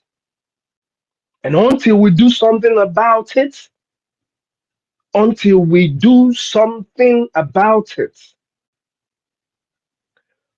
we will continue to suffer. You will continue to hear my annoying voice. And hey, I'm not going to stop either. Me, I'm not going to stop. I'm not going to stop. Just be praying that we don't have reasons to come home. Because if we do, hey, I got one them mother abacha. I got one them mother abacha. If you like, say, oh, brother, you never know. You never know. You never know. The earlier our people rise up, the better for each and every one of us. Give us your IOU loan. All these your properties and shops that they're demolishing in Lagos is just the beginning of what they're going to do to you. They will seize your fund. If you let go, only people say, "Oh, prophecy come to pass." They forget that our leader told them that they're going to take your money again, which was the reason why, part of the reason why the Biafran coin was brought into place, and now the beautiful IOU loan. You people think that if people give us up to $1 billion in IOU loan that we can't pay you back, we will pay you that money back in less than 1 week in Biafra. Give us your loan. Kita, now. Give us that money now when it can be used. And around, they are circling us. By the time they are done, what you see in October 7th, you don't know they planned it in and coming and taking places and until they executed what they did. That is how terrorists who intend to wipe you out react. As they did what they did, what else did they do? They started sending thousands of missiles into Israel. People tend to forget that these bastards, first of all, sent thousands of missiles into Israel. If Israel didn't have the kind of defense system that they had, do you know that their land will be leveled by now? People tend to forget that. So when these bastards are going to come, they're taking all the armor trucks, taking all the sophisticated artilleries from the army in the north. They will use all of that and come to you. Don't forget, the reason why they're not going to take 82 DV is because they already have people positioned in those places. If people are not, they already have their terrorists in uniform positioned in those places. So they don't need to overrun them. They don't need to burn them down. They don't need to come and invade those military barracks in the east. All they need to do is to roll out because they already have their men. So the ones in the north, they are going to take them to attack from all the borders and coming in. Why the barracks inside the cities are going to be open and the hell will be let loose. And they will tell you that they are fighting Biafra. And guess what? They're going to kill everybody. It's not going to be about you. It's not, they're not going to know who is APC and PDP. They're going to kill everybody in their way and burn everything to the ground. Atụọla ofeke, ọmara. Atụọrọ ọmara, atụọrọ ofeke. Ofere isi tinye n'ọnụ. Hello, everyone. I'm still here. Tutor, thank you so much for helping to expose the stupidity of Nigeria, even though I don't really care about them. Imago, 65 years of death, 65 years of terrorism, 65 years of bloodshed, and somebody stands up to address their people and not even talk about the continuous massacre. It was the same Tinubu, the same useless Tinubu. I want to say this with the date the idiot said it. It was this same Tinubu that told the world that the bombing of Christians who were praying, that it was because of the will of God. That if it was not for the will of God, that bombing wouldn't have happened. I don't know if people remember that. Tinubu told Nigerians and the rest of the world why the army bombed the one they said was a mistake some time ago, about 2 years ago, that in December 2 years ago, that the reason why it happened was because it was the will of God. Ndị be anyị malụ na ife. Malụ na ife. Every one of you must learn now before it too late. Before or the too late. I know people don't want to listen. Mana, like our leader Mazin Nnamdi Kanu said, when they will kill you, he won't be there. When you all will die, I will be here. I won't be there. I will be sad, but it will be because of your own doing. Killing you will be because of your doing. Dalun everyone, and welcome my APM. Greetings everyone. Dalun all. Titus, over to you. Am I coming out? Oh, yes, APM. Oh. They were wonderful COS. Welcome, sir.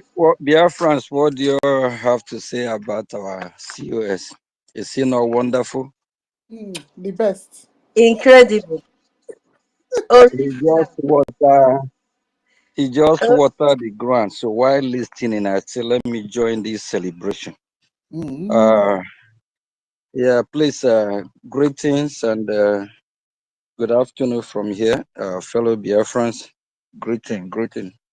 And we appreciate the media team, tutors, Madam Unki, David, 1 million, the names goes on.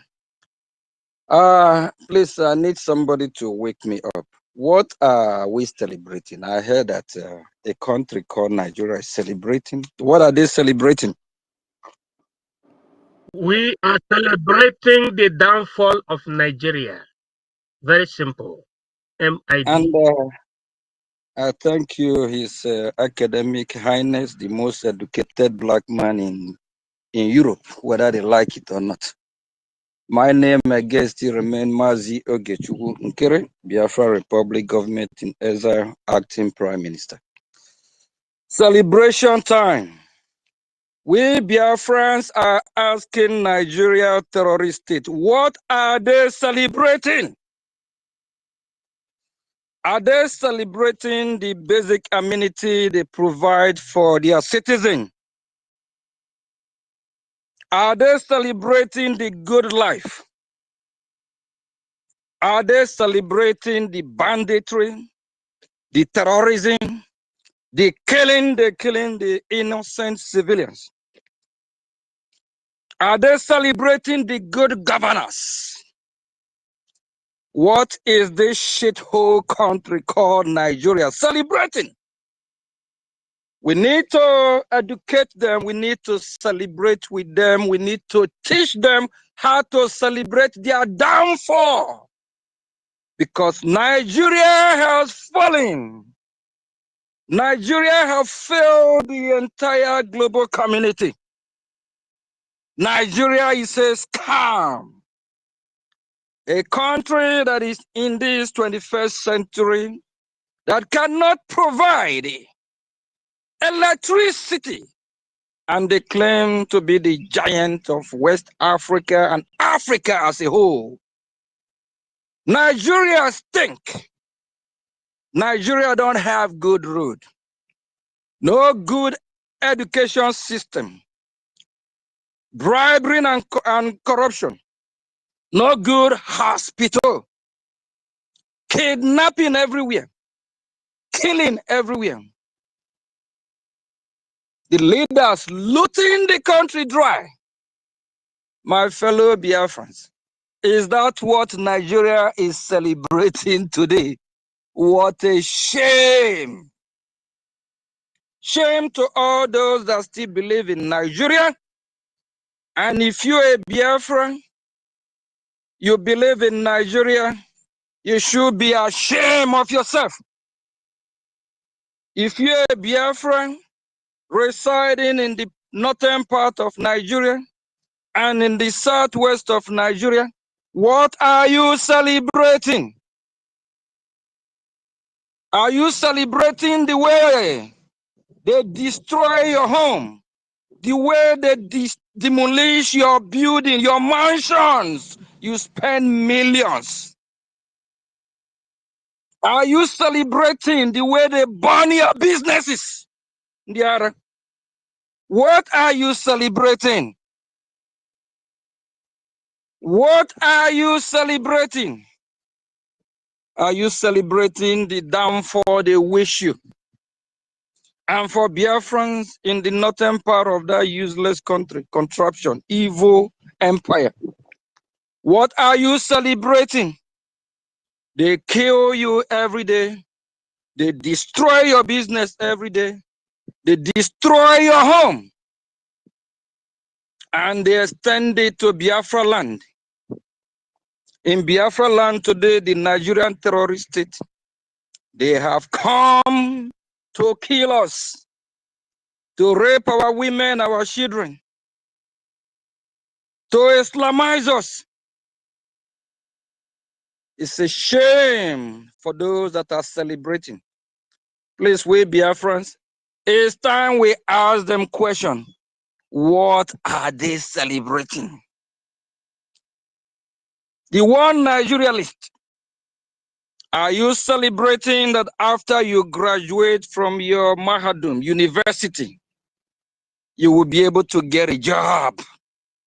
I personally, Mazio Gechuku Nkere, I'm proud to say it. I have sponsored tens of people in university. After they graduate, they can't find a job. For 1, 2, 3, 4, 5, 6, 7, 8, 10, 15 years, they're still looking for job. Is that what you're celebrating? Thank God that our Chukwokika my Jehovah God opened the eyes of our leader. A leader like Kodume Wojuku and Philip Efiam. They foresaw this long time ago.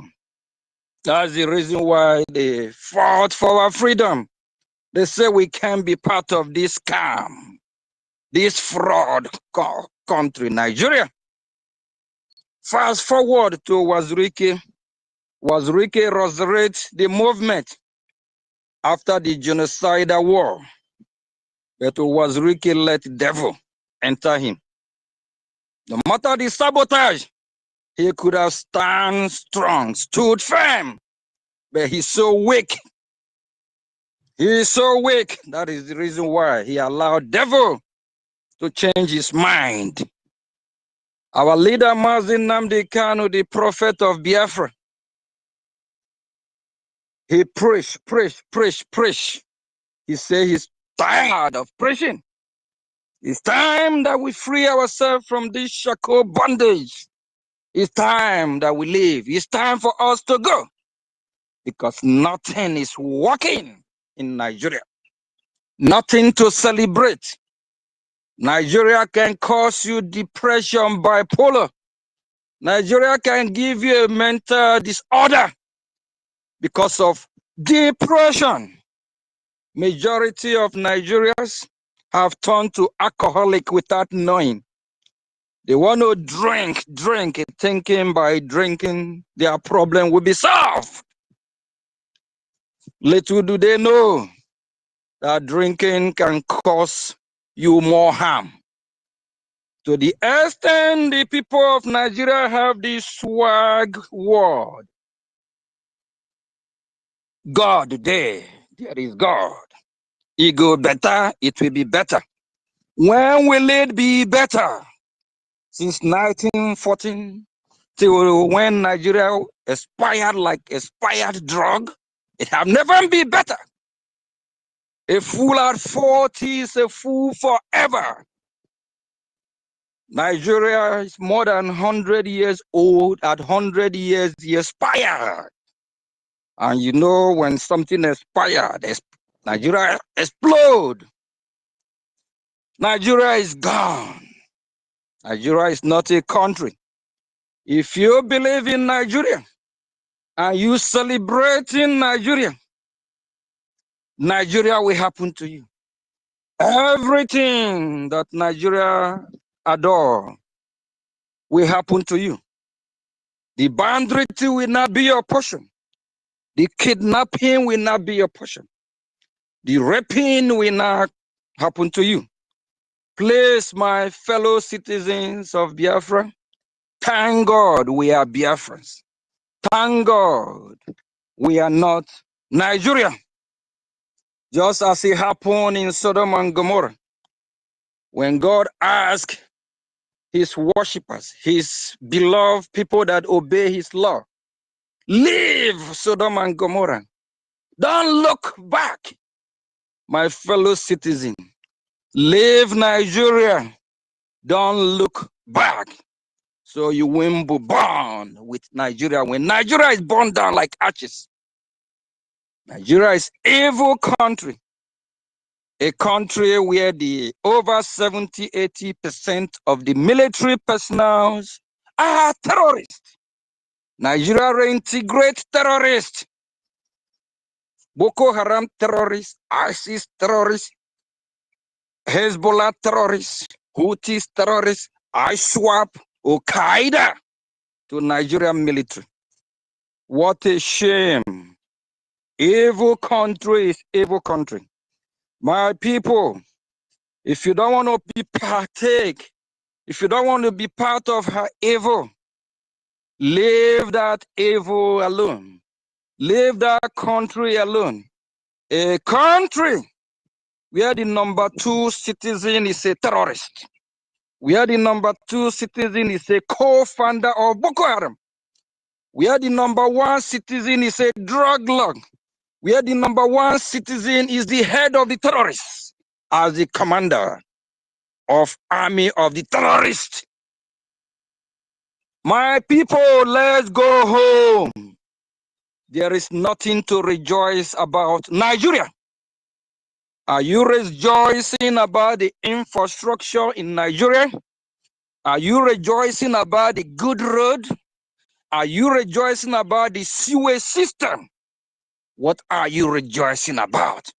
Is it about the good clean air?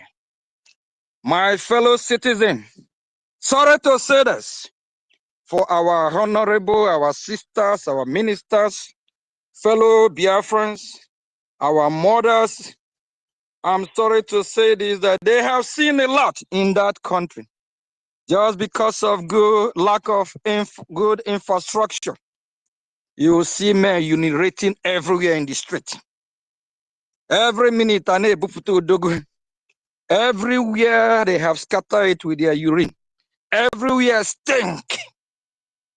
What a shame for those that believe in Nigeria. If I have the opportunity, I will burn Nigeria down. I will help Nigeria to go to hell. Nigeria is on her way to destruction. A useless man called P2B, a former governor for 8 years and a former presidential candidate. He said, I'm quoting by his word. He said, Nigeria breed him, P2B, all the OB idiots. Listen, your master P2B said, Nigeria breed criminals. P2B, as one of the politicians, as one of the elite of Nigeria, that means he's not exempted. He is a criminal. Nigeria have breed him as a criminal. Crooked, evil human being that massacred Christians in Biafra land, that killed Biafrans. He is a criminal. And a former useless president called Goodluck Jonathan, a fool. He said Nigeria is a scam. Goodluck Jonathan said, the British create Nigeria not to benefit the Nigerian people, not to benefit you, academic highness, not to benefit our wonderful COS here, not to benefit 1 million, not to benefit Mazi Sonia Barawa, not to benefit David, not to benefit tutors, not to benefit Inky, not to benefit us, but to benefit them. Nigeria is their empire where they make the country dry. Nigeria is the business center for the British Empire. They never designed Nigeria to benefit us. It's a scam. And the people of Nigeria are not trying to make it work either, because they are not the same people. They not speak different language. They not eat different food, different culture, different ideology, different mindset, different religion, different people, even different environment. When you go to the southeast, which is Biafra land, we speak different language. We are Christians. The North is extremist, jihadist, terrorist. We Biafrans are Christians. We practice Judaism and also traditionalists. We have nothing in common with the North. There is no relationship within light and darkness. That is why from the east, the rising sun must rise no matter what. The sun must shine. There is nothing that holds us in common with the Islamic jihadist terrorists. The Islamic jihadist terrorist agenda is to Islamize us, is to chase us out of our land, is to kill us, annihilate us. While we Biafrans that practice Christianity because we love God, because we love our fellow human being, we want to live, we want to coexist with them. We try, but it never works. That's why they are celebrating their one Nigeria list, we are here celebrating that Nigeria have fallen, that Nigeria have failed, because Nigeria never designed to favor you. Nigeria never been designed to produce, to help you anyway in life. A scam is a scam country. Original is original. Fake is fake. There is no relationship between light and darkness. If you are celebrating Nigeria, that means you are part of the darkness. You will remain perpetual bondage of darkness. You will remain slave all your life. If you don't want to celebrate Nigeria, leave Nigeria alone so you can be free. You need to be free. For years, we have been in bondage, living in bondage, crying for Savior, trying to get ourselves out of this bondage. Thank God we have leaders before us that open our eyes, that show us the way. And today we have thousands of pioneers that are fighting to free Biafran people from these jihadist, blood-sucking demons, people that don't want to live and let live, people that just want to destroy. It's all about destroy who you are. It's all about destroy your culture. It's all about turn who you are to something else. Oh, my fellow citizens, are we going to let that happen? We cannot allow them Islamize us. They cannot conquer us. Not in this world. Not in 1 million years to come. Biafra land can never be Islamized. We can never be conquered. And for all those that have colluded to bring Biafran people down, like the Great Britain, I hope they are feeling the test of the Islamist jihadist terrorists.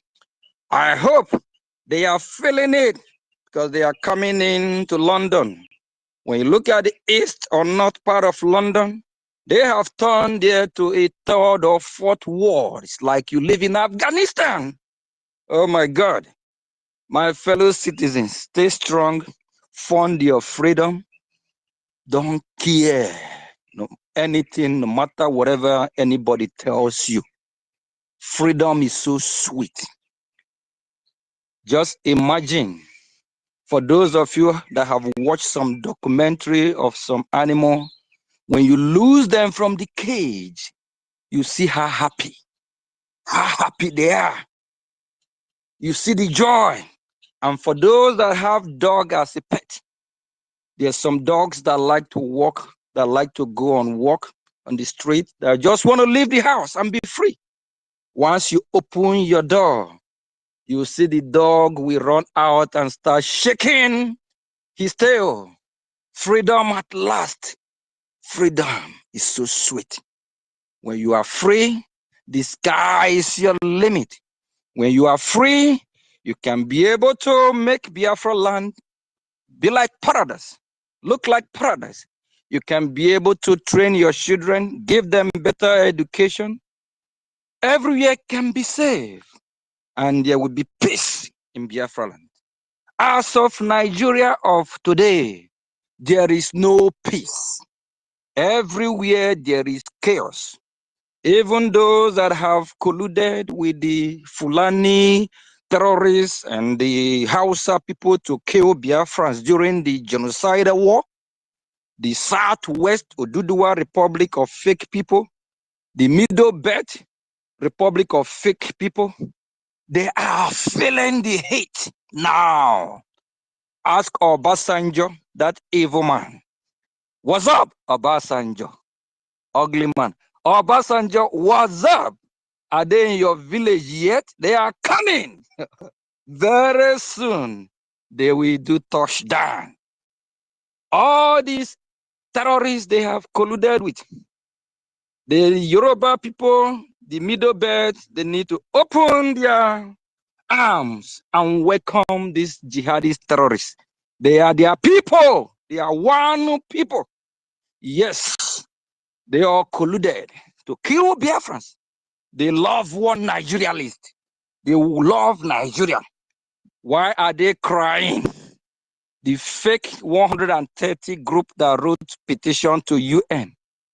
Why didn't they write petition to the governor of Lagos State and say, why are they destroying the property of Biafrans?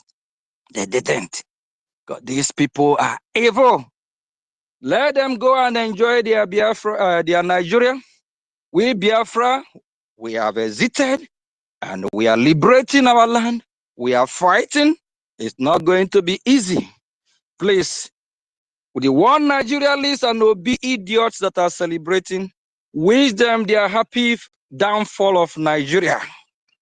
The OB idiots, more than 50% of them are graduates. Graduate without no job. And Obi want to be their savior. That evil man, he only talked about what happened in the north. Even the southeast Biafra land, he never mentioned or condemned any atrocity of Nigeria committing towards the Biafran people. And if you a Biafra, aga ngurugi of onogo. If you a Biafra and you partake in killing Biafrans, you and your generation, you know what will happen. The land of Biafra will reject you, and Nigeria will happen to you. Please, my fellow citizens, let us all do what is right, fight for our freedom, defend our motherland. We have nowhere to go, and we cannot allow the Islamic jihadist terrorists to overrun our land. It has been their plan since 1804. Little do we know that while we are thinking that we can coexist, these people already pre-plan how they will wipe us out. Fight for your freedom. United States of America will not come to defend our land for us. They can recognize us. They can support us. Our freedom is in our hand. Take your freedom. Fight for it. Whoever said, tell you to stop fighting for your freedom, stop funding your freedom, tell the person to get the hell out of here. Then lecture that very person about this history of his country. Like this great United States of America fought over 112 war, 8 major war. They have a history of fighting for freedom. They are still fighting till today. The Israeli, they fought for freedom. They are still fighting till today. And for you, Biafrans that are saying you are Israelite, you have something to do with the Israelite, you are part of Israelite, emulate the Israelite then. Israelites don't retreat, they don't surrender. They fight, they fight. And in history of mankind, the Israeli, they have the best scientists in the world. Yes, they are one of the most prosperous countries in the world. Then emulate the Israeli and do what is right. Thank you all. Thank you all. I appreciate this opportunity. Later on, I believe Honorable Minister of Information have a program where we probably touchlight and name things that Nigeria have achieved. Their banditry, their evil doing, the corruption, the looting, the bribing, the like every way. List goes on and on. If we keep counting, we will stay here all day. Thank you, fellow Biafrans. Ndewo. There were our APM. Wow, the voice of truth in our midst. We really appreciate your presence, our APM. You know, we deeply honored your presence in this space today. We did not expect to see you, and your voice has always been a consistent beacon of truth in these dark times of deception and genocide going on in our land. Honestly, because when you speak, the world hears the cry of the oppressed. Thank you so much for joining us. Thank you for speaking to Biafrans this evening. We really love you from the bottom of our heart, because as you joined, we are reminded that we are not alone in this struggle. You are always there for us. You know, as soon as you join, you acknowledge the presence of our COS, the original. He doesn't leave us alone. He's always here. And immediately you join, you notice that our COS, even though he's your COS, he's also our COS. So we don't joke with him. He's always here. He spends his time here. Once he's awake, immediately he sees that the space is on. He will join and then speak to Biafrans. Thank you so much. Thank you for courage to speak the truth to power. What can we do without you, our APM? Thank you for the courage that you are confronting evil. You know, without flinching, without blinking, you are always there. And you are there to continue to keep the flame of Biafra's liberation burning very bright. We really appreciate you. Thank you so much. Our father, thank you so much. Our brother, thank you so much. Our leader, thank you so much. Our love, oh my God, thank you so much. Your Excellency, we really appreciate your presence here. And we've heard everything that you've said to Biafrans. And you've also heard what you've responded to the Nigerian terrorist government. Because I wonder what they are celebrating. They are celebrating blood. They are celebrating poverty. They are celebrating the killings. They are celebrating terrorists. That is what they are doing. Because all that Tinubu came out to say, he was giving accolade to the terrorists who have followed their template and are killing their citizens every minute of the day. Thank you so much. God bless you. And please, if you have not shared the space, what are you waiting for? What are you waiting for? We have just 1 hour. Is it 1 hour 30 minutes or 2 hours? I don't know. So please share the space. Share the space. God bless you. I don't know. Our APM, do you want to answer any question or we should pass the mic? Yeah, I can just take a few questions. Onisi, Yeah. let them come to Mazis on his platform and ask their question, please. Okay. No, here will be. Okay. Yeah. All right. I think thank you all. And while they are celebrating, we need to expose them more. And for I feel sorry for those one Nigerialists, and it's very shameful. Like those that are following Obi, over 50% are graduates, and you all know what it takes. Some study, they have a sleepless night, trying to pass the exam and get their degree, master this, master that. At the end of the day, 1 month, no job. 2 months, 1 year, 2 years, 3 years, 10 years, 15 years. What a shame! A country that the government can't produce job. Rather, they have a lot of ghost workers. workers that workers that you don't even see their face, you don't even know who they are.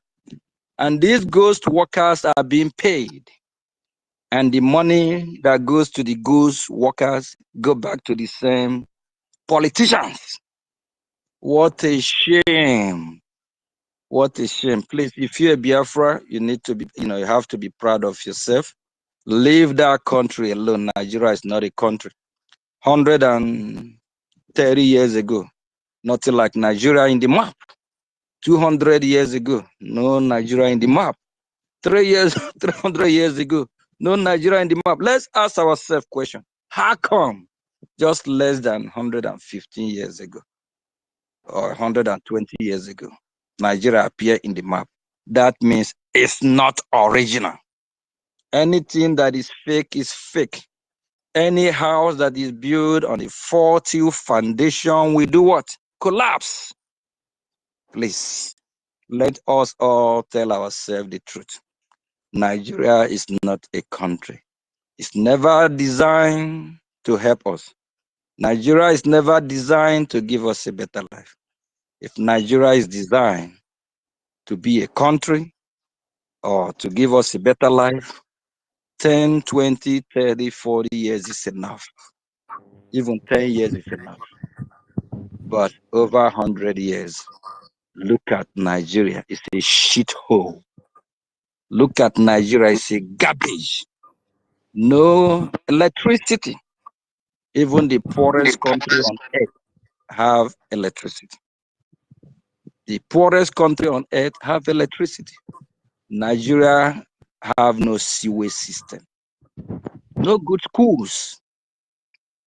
Out of 12 calendar months that make up a year, students study 4 or 5 months.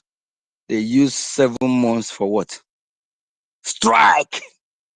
The teachers always strike. The lecturers always disappear because not being paid. What the hell? Nigeria is a movie. It's like we are watching a movie, drama. And some people, we are done. We are tired of watching this drama. We want to leave. Yes. I remember one of the congressmen, he's a chairman on his department. I'm not going to call his name. After everything, and he asked me, so what do we want them to do? And I'm not going to say it here because enemies are everywhere.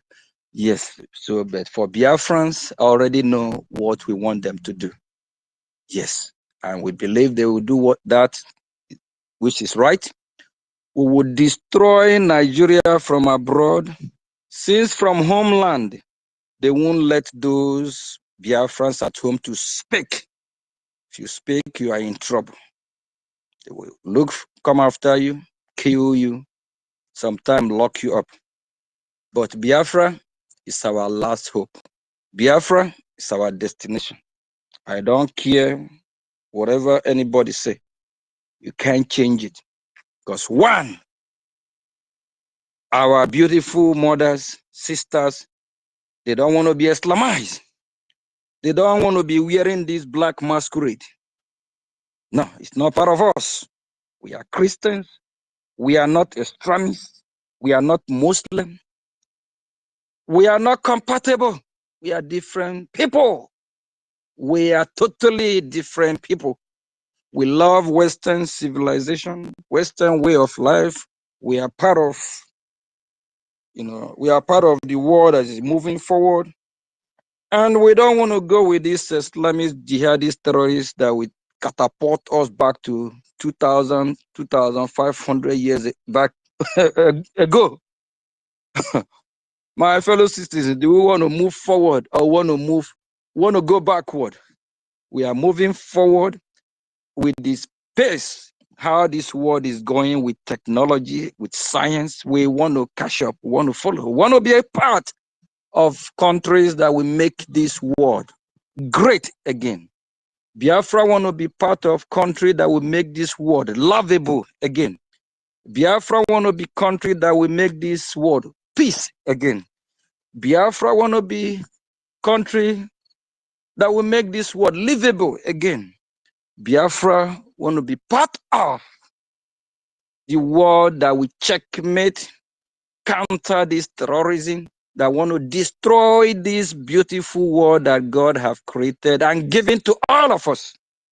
Yes, that is why United States of America, we strongly urge them, to work with the Biafran people so we can counter this terrorism. These people that have come to terrorize everywhere the world is boiling. So when we are fighting for our freedom, I know they will like, they are not seeing what we see. They are not seeing what the Biafran people are going through. Everything we start to align. UK now, Alpha, France now, fire everywhere. Netherlands now protesting, they want their country back. Belgium now, the same thing. What the hell? Go to Minnesota here, even in US here. They are springing up, but I trust US. US know what to do. They don't play, forget. Biafran people, go after those that don't want you to leave. Biafran people, go after those that hold your freedom. Biafran people, stop those that want to take your life. Stop those that don't want you to breathe. Stop those that don't want you to have a better life. Stop those that don't want Biafra to look like Dubai. Be like Dubai. Be like United States of America, Singapore, even Rwanda in Africa here. See how fast Rwanda is, how beautiful Rwanda is. Biafran people, don't our life matters? Biafra life matter. Just the same way every human being that God creates, life matters. What we are against terrorism. We are against the extremists that want to convert you by force. Either they convert you or they kill you. We are against that. We Biafrans are lovable people. We can coexist with whoever that want to coexist with us, but we also defend ourselves against internal enemy and external enemy. Thank you all. From here, I will be exiting. Our Honorable Minister of Information later on, I believe he's coming. He's coming live. Probably going to tune in as well. And they want to thank you. Please keep the fire burning. Whoever tell you that your freedom is not, you're not going to get your freedom, or your freedom is not worth fighting for, tell that person to go to hell. Then bring that person, bring the chapter of that person's country. Is it Italy? Italy fought for freedom. They fought for their freedom at the time. Go to the former Soviet Union.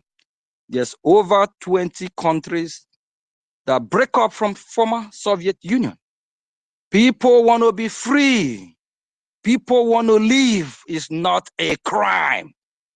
I am a Biafra. We are Biafra. We are no fucking Nigeria. We are Biafra. We live Biafra, breathe Biafra. Yes, Nigeria is a shithole scam. God punish Nigeria. They won't. They were APM. Madam Key, you have anything to say before we pass the mic? Thank you so much, our Honorable APM. Thank you. Yeah, people are waiting. Let's move the mic. My sister Tutos. Yeah, I was thinking you want to say something before we move. It's okay. Hey, who came first? I can't even remember again. I think MID. Hey, Dr. David. Sorry, oh, sorry. Sorry, oh, sorry. Sorry, oh. After you, King David. Sorry, sorry, Bikono. Oh, go ahead.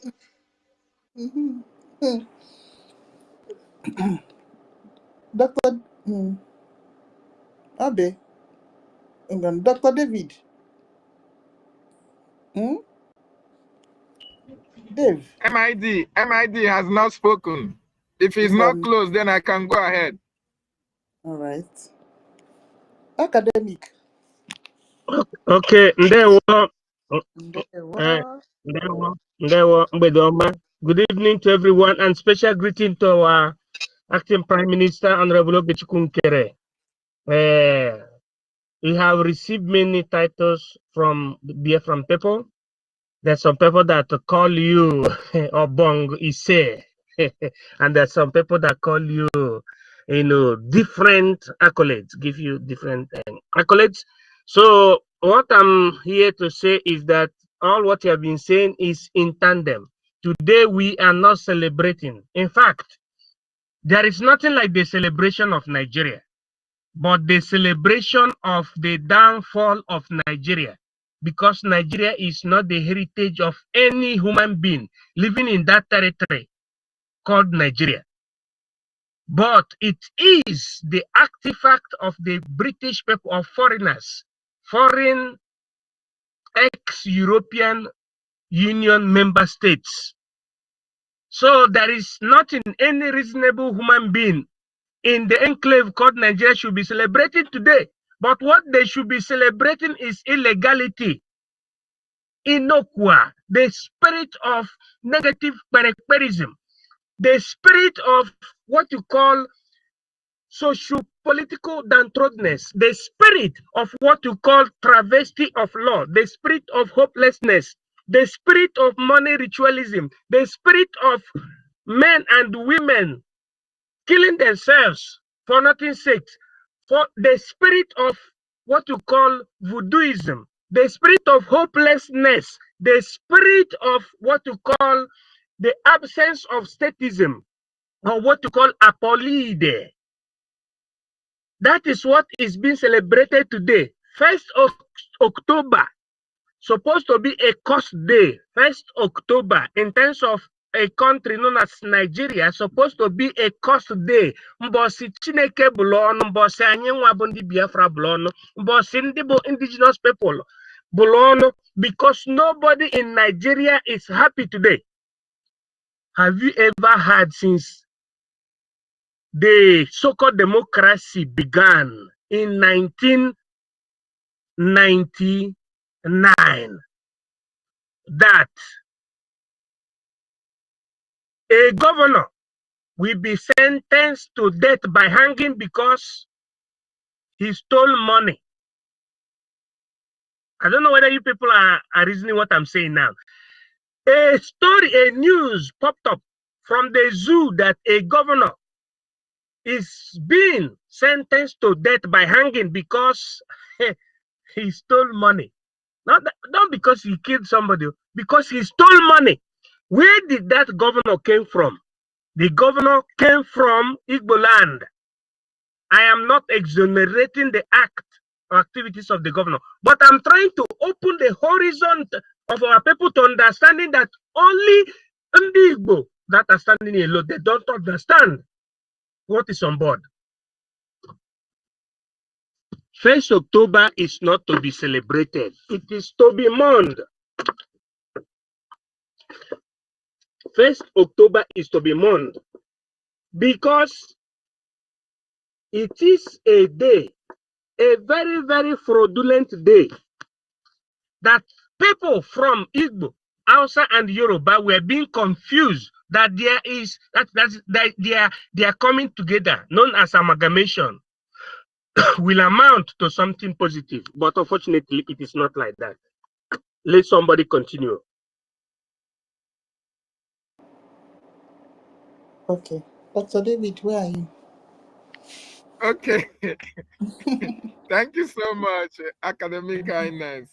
I want to stand on the already existing protocol to salute everybody that is here, and special greetings and special salutes to the messenger of Biafra, the Idung Ibong of IKOM Ibong,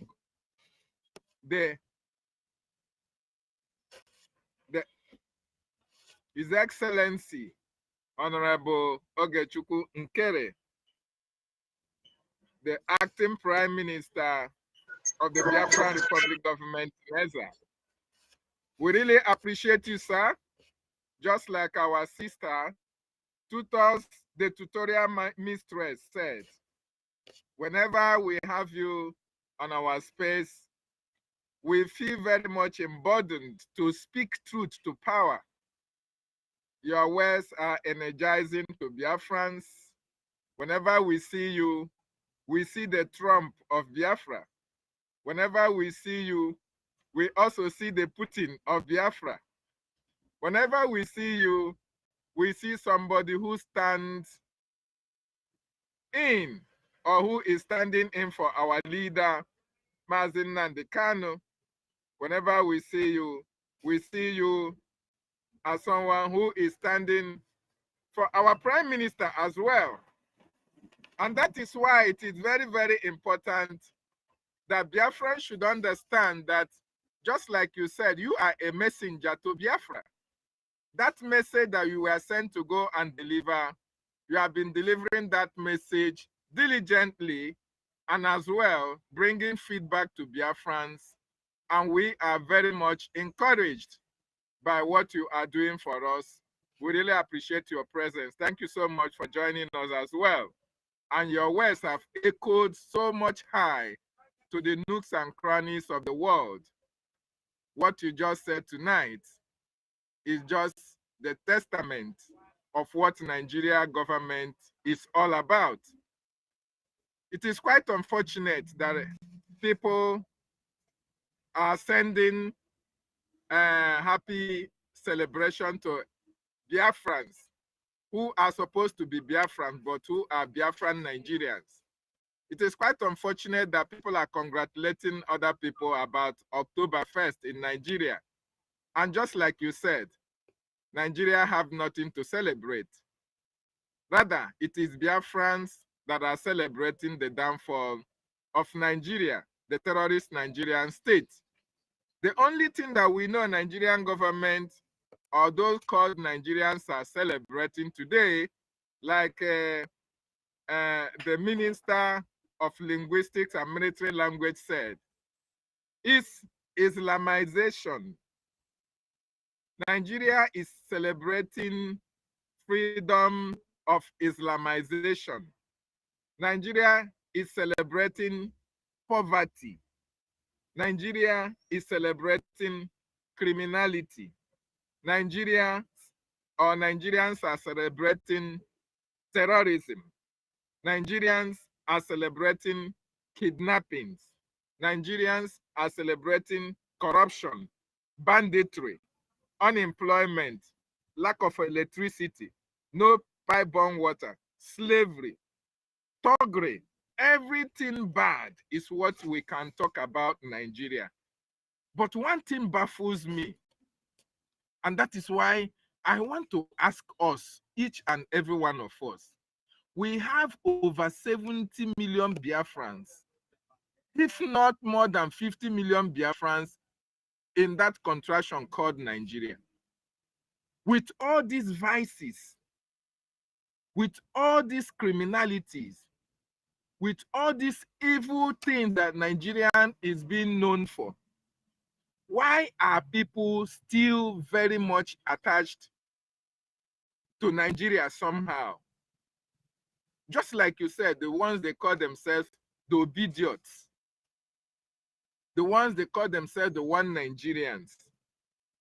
There is nothing absolutely that one can pinpoint and say that, yes, at least this is what Nigeria have been able to put to the table for the generality of their population. It doesn't exist. So why are Biafrans who are living in Nigeria not embracing their freedom at this particular time? Because Nigeria has not benefited and Nigeria will not benefit them. In earlier on, our COS, the original COS, took us through to a story, a situation whereby during the time of the building of Trade Fair, our eternal leader told Ndibo, told Biafrans, you know, it even cost them, instead of them to bring their resources to develop their land, they are going to Afonja land. They are going to areas that are not theirs, put all their resources to develop it. And after developing such areas, what are they being paid back for? With destruction. Look at what is happening in Lagos. Biafrans, Ndibo, we go and buy land at what do you call islands. They have to spend huge sums of money in order to sandfill the area. And after developing such areas, the Lagos government, Lagos state government will just wake up one night and demolish their houses. And nobody is going to speak for them. Nobody is going to hold the government accountable. It is even this government that approved the selling of those places for these Biafran people. It is the same government that will now turn back and say that this area, they bought it illegally, and therefore it has to be demolished. And after all these atrocities that is being committed against Biafrans all over Nigeria, when we talk about our freedom, when we talk about supporting our freedom, these people, they pretend as if they don't hear what you are talking about. They pretend as if Nigeria has been better for them. They pretend as if they have not seen all the atrocities that the Nigerian government have committed and continue to commit against the Biafran people. It is quite unfortunate. When you go to Biafran land, you go to Biafran territories, there is no presence of international community. There is no presence of even the companies that are milking our land dry because of the natural resources that our land have. You don't have Shell. You don't have Tesaco. You don't have all these oil companies, Mobil. You don't have them in Biafran territory. They have their headquarters in Lagos. They have their headquarters in Abuja. They have their headquarters in Kaduna. When you go to Kaduna, you see dry ports.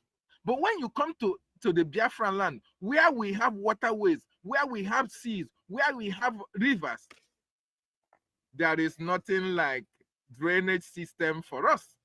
There is nothing like anything that will benefit the Biafran people.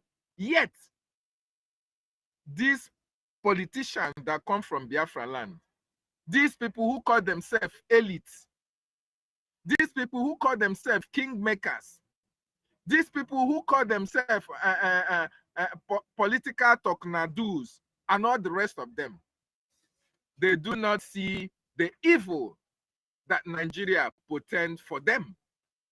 They see all these atrocities. They feign ignorance of what the Nigerian government have done against their people. These people see all these abnormalities. These people see all this intimidation, all this harassment that the Nigerian government are melting on the Biafran people, including the same politicians that are serving Nigeria. Yet, when we tell them about joining hands to fight against Nigeria, even when they can fight secretly, even when they can fight anonymously, even when they can support the government anonymously and the government protect their identity, these people don't seem to understand. These people don't seem to listen. They don't seem to get it. What is actually happening? What is actually their problem? Because each time when our APM goes to Washington, D.C., these people see what is happening online. They see the result that the government of Biafra are bringing. They also understand that it's because of the actions of our government, the APM, that the American government are now holding Nigeria accountable for their atrocities. They understand, but they feign ignorance of the fact that who is doing it is the Biafran Republic government in exile and our acting prime minister. Even when they know about it, yet they are clinging to Nigeria like Ndeji Akwa. Why ji akwa we koro nwa ya n'azụ. Ji akwa we kegide nwa ya. These people are still clinging to Nigeria even when they know that Nigeria is designed to destroy their own people. I begin to wonder, what is actually the problem? What has Nigeria actually done to these people that even when they see all these atrocities, all the criminalities that the Nigerian government are committing against the Biafran people, they tend to look the other way around. They tend to pretend as if it doesn't exist. That is the problem. But Biafrans, I want us to understand that, like our APM, there is one thing that I have noticed from our APM recently. The way he talks about Biafra freedom, that Biafra is free, Biafra is free, that we are holding ourselves. When you listen to how he said it, more often than not, you will understand that there is something that he knows that each and every one of us don't know, the positive impact that they have created in Washington, D.C. And that should have propelled everybody. That should have encouraged all these people who are in Biafran territory, who are living all around the world, to embrace the Biafran Republic government in exile and support our government so that we can be free once and for all. And let me say this, like Mazin Nandekano always said it before he was kidnapped from Kenya. Our leader said, when Biafra comes, even our prime minister said it, when Biafra comes, no matter what you have in Nigeria, the Biafran government will protect it for you. Because it is assumed that a lot of people are not supporting this government because they think that when Biafra comes, they are going to lose their properties that they have in that contraction called Nigeria. But they don't understand that their property is more safer in a free Biafran nation than in that contraction called Nigeria. Just look at what is happening. In Lagos, your property is being destroyed. Nobody is defending you. Nobody is coming to your rescue. Nobody is talking about it. You are just left at the mercy of the terrorist Nigerian state. But if they can wholeheartedly, secretly, anonymously come and support this government, and this government now eventually gets recognition, and the Biafran Defense Forces eventually liberate Biafra from Nigeria, the government of Biafra will certainly stand against any takeover of Biafran property in any part of that contraction called Nigeria. We have said it times without number. Mazin Nandekano said it. Our prime minister said it. And I believe our acting prime minister have also said it. But why are these people not embracing this open door that the Biafran government has offered them? Because Nigeria have failed each and every one of us. Nigeria have failed this generation, and Nigeria can never be better. Look at what MID just said. It's a news that came out, I think, yesterday or so. A governor in the southeast is being jailed. He's being hanged. I mean, he's been sentenced to death by hanging because of corruption. But you remember this man they called Ganduje. Ganduje was caught on camera stuffing dollars in his back agbada. What happened to Ganduje? Is he not still working very free? So every criminal intent, every criminal punishment only goes to the people who are coming from the southeastern part of Nigeria. And that is what Mazin Nandekano wants each and every one of them to understand, that once you serve Nigeria meticulously well, you are going to come back in shame. And that is going to happen to each and every one of them who have sided Nigeria to destroy our freedom. They thought that, oh, Nigeria is going to protect them. And this is an adage that our leader almost wants each and every one of us to bear at heart, that once you sell your brother, those who bought him or her can never trust you. Yes, and that has been what Nigerian government has been using against the saboteurs. Those who are going to stand against our freedom, those who are going to be the backstabbers, eventually Nigeria will happen to you. Of course, we all know what have happened recently of a Biafran lady that have served Nigeria so meticulously well. And she was a very brilliant girl at that matter. But what happened? Nigeria just happened to her at a young age. So Nigeria can never be beneficial to the Biafran people. And that is the more reason why Biafran should rise up, no matter the position you are holding for the terrorist Nigerian state. You must eat with them with a long spoon. You must deal with them with a very sensible heart, knowing fully well that you are not part and parcel of them, knowing fully well that you are a Biafran. No matter how you serve Nigeria, Nigeria can never love you. No matter how you are good at your work, eventually, when the chiefs are down, they are going to bring you down in order to tell you that they control you, in order to prove to you that they are the owners of you.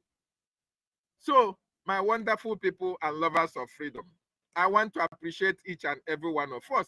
And I encourage each and every one of us who have not been supporting this government. This is the time to support Biafra more. This is the time to join hands with our government to fund the Biafran Defense Forces for our liberation.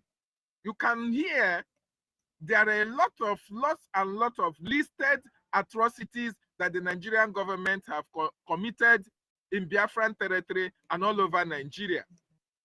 None is good whatsoever that can credit Nigeria that at least Nigeria have a pass, even a common pass. Nigeria doesn't have any pass.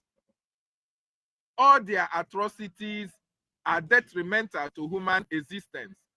Social media have been able to bring Nigeria to the international stage and limelight of the atrocity that they have continued to commit against indigenous people. Killings here and there, destruction here and there. You can see how terrorists are running riots all over the places, negotiating with politicians in the north. And the world are quiet. The world are seeing it. They are not doing anything. Even you as a Biafran, you see it, there is nothing you can do. The governors see it, there is nothing they can do. The same governors that see the atrocities that this Nigerian government are committing, using the terrorists in the north to commit, the same governors will not rise up to challenge the terrorism that the Nigerian government has also brought to Biafra land, using the armed forces, using the military, using the police. It is quite unfortunate. But then, we must still continue to fight for our freedom. At the end of this process, like our leader Mazin Nandekano always said, Biafra must be free in our own time. And only then shall people who don't understand, should understand now that it is only Biafra, a free Biafra nation, that can sustain you as a Biafran. Otherwise, Nigeria will happen to you, just like it happened to those who served Nigeria, and there is nothing you can do about it. Thank you so much for giving me this opportunity. I appreciate everyone that is here, as I will use my mic from here. Thank you. Thank you, our Dr. David. Yeah. Nice motivational speech as usual. Nigeria is an evil place. Anybody celebrating Nigeria, they all know that whatever has Jazweje. Honestly. No.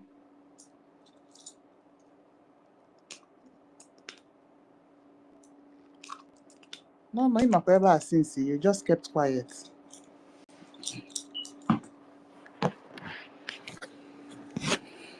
All right. I think he's not close to his mic. I believe so. 1 million, are you there? Yeah, he's trying to connect now. 1 million? Yes, dropped off. He may repeat again. Okay, let me see if I can bring him up again. Okay, I think he's up again. Oh. Yeah, Biafrans, that is what Nigeria is celebrating today. I am there responding to Tinubu. Now I want to put a picture of the school education that he said he is investing money.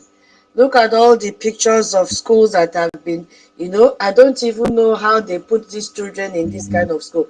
This one I want to share, and the school has no roof. Let the world see where Tinubu is spending money in education.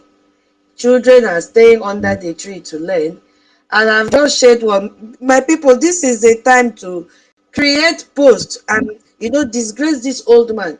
I just created another one. He said he has invested in hospital, but he's running around. He's running out of Nigeria, and all the politicians, they go to abroad for medical checkup, including the what do you call these people in church? The general overseers. They have special doctors abroad. I just shared a picture that a cow was in the hospital checking people's temperature. That is the hospital Tinubu is investing money. Let the world see how we have cows in the hospital. That is where Tinubu is investing money into. He said we have good hospital now, and it is getting better from what it was in 1960. Every day that they are improving. How can you improve with cows in the hospital? Eh? I'm dealing with him. I'm really okay. 1 million is back. Let's see if we can bring him up. Even senior citizen requested. Oh, I did not see. Yeah, they are up now. Who will go first? 1 million go first after senior citizen. Okay, let 1 million decide. 1 million. Please share the space as you are joining. If you request for mine without sharing space, we'll not give you. Share the space. Share the space so that Obi, Obi, speak. Oh, speak. We've been waiting for you. Speak.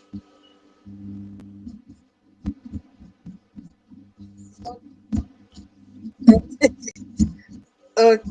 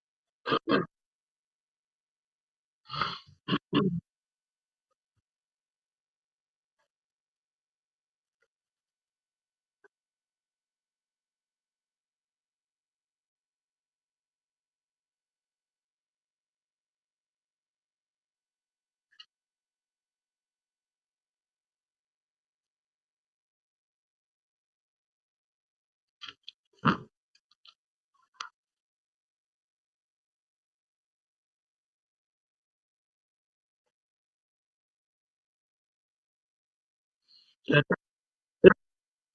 can you hear me? Can you hear me?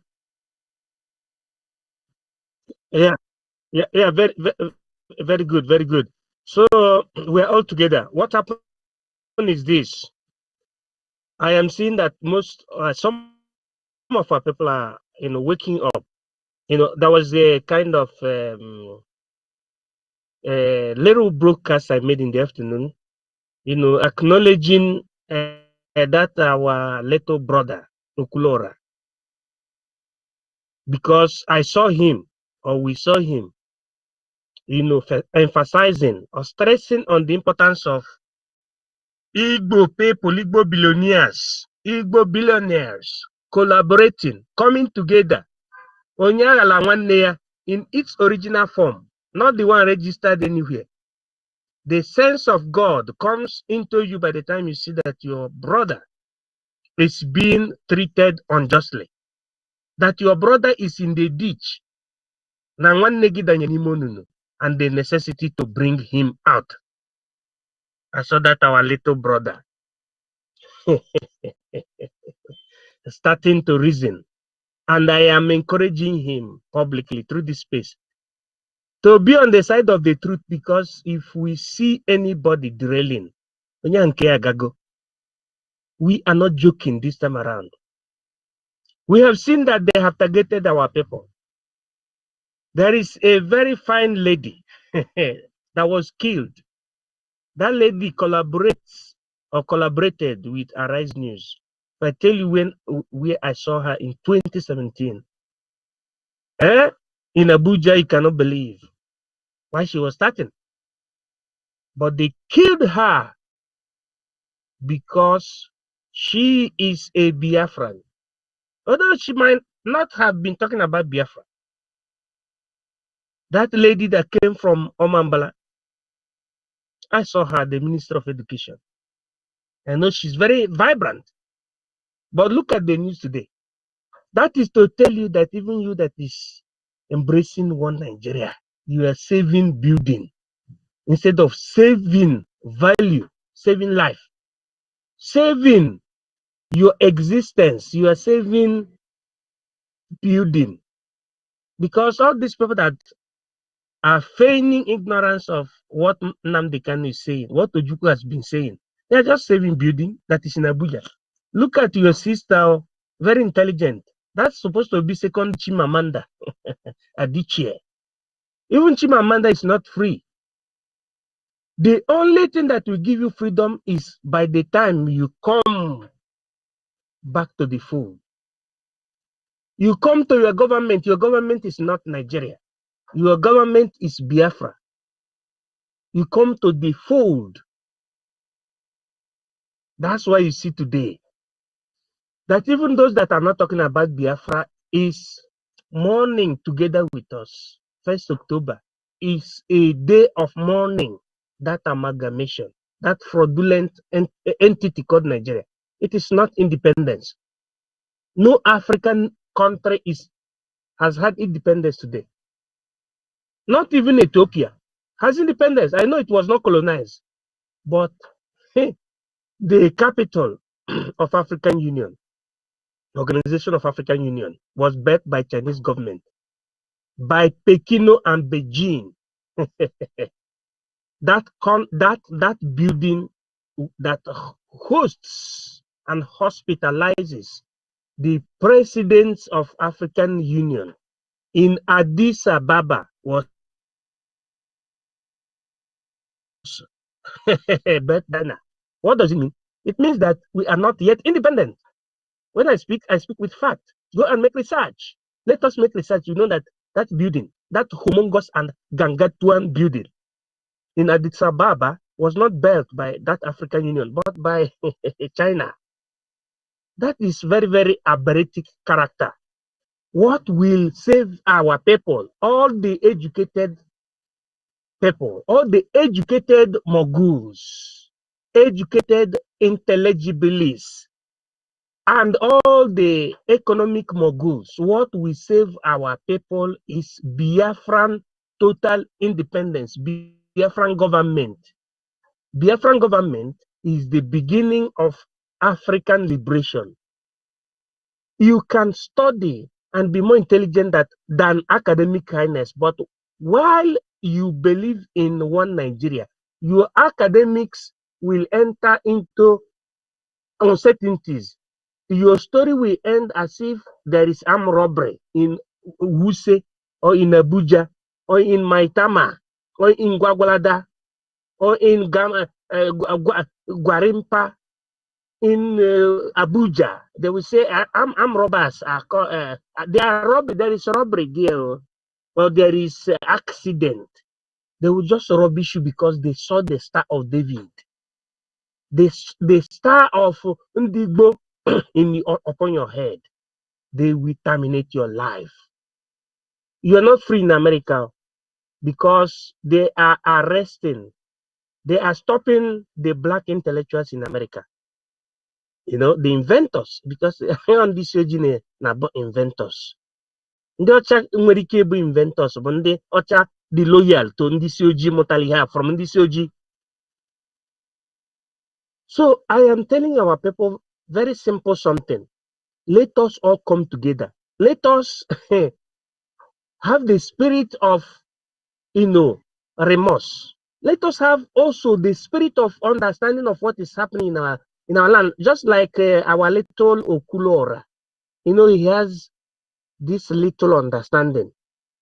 But I am acknowledging him today, the 1st of October, that he has started speaking, calling on the billionaires to come and speak up for the release of Mazi Nnamdi Kanu, because there is injustice meted on him. If you watch what his broadcast today or yesterday, you will see exactly what I'm saying. So I am praying, because we Biafrans and Igbo people, we always like to make the use of the expression pray. I pray that many more do understand. I'm not counting him amongst the likes of Udele, but I'm counting him amongst those that are waking up now. Once you wake up to the understanding that Igbos are being sidelined and being, marked for destruction, now you have to come back to the Igbo. And the government that represents Igbo is Biafra. Okay? Igbo is a people, and the Biafra is the government of the Igbo. Once you align yourself with Mazi Nnamdi Kanu, you are already in heaven. God has saved your soul. But once you go against Mazi Nnamdi Kanu, you are in hellfire. You can never redeem your soul. Your story will end in negative na. Your story, unknowingly, will end in accident or in negative semaphoric na. So let all other people emulate from Okulora. Not that I trust him, but I'm telling him, because begging is not work. As the God have touched him today, because after he went and mimicked Umuaka, the spirit of Umuaka caught him. And today he's saying, release Mazi Nnamdi Kanu. Very, very simple. So let all the billionaires hear what Okulora is saying inside the spirit. And let us save ourselves before the jihadists will finish everything concerning them. Not me, not people like us that already understood the way. So thank you for the opportunity, Ada Biafra. I yield.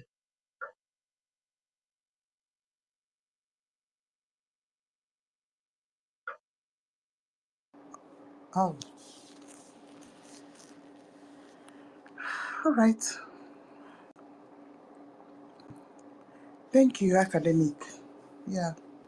So, Dr. Frank, Madam Stella, yeah, you came up as well. Thank you. You called Yes, me.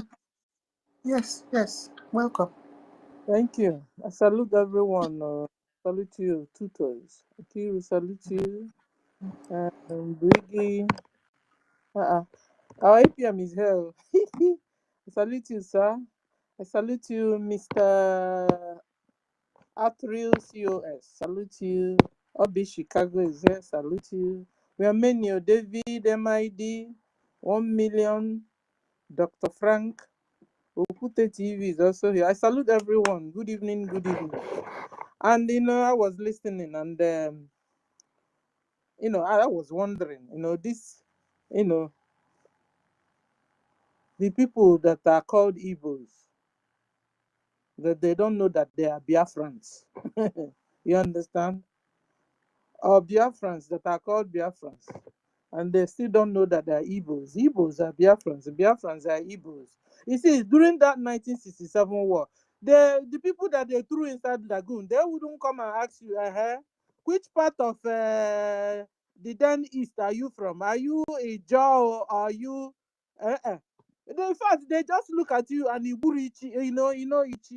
they didn't do stripes on your face there and here and there, I mean, modern day Biafrans, that's the way they recognize you so fast and so easily with your, broad nose and your little fair chocolate color. You understand? Not like dark. So they know you very well. They know you in Ijo. They know you in Robistoko. They know you in Anambra. They know you in Sukada. You are all Igbos and you are all Biafrans and you are all wanted.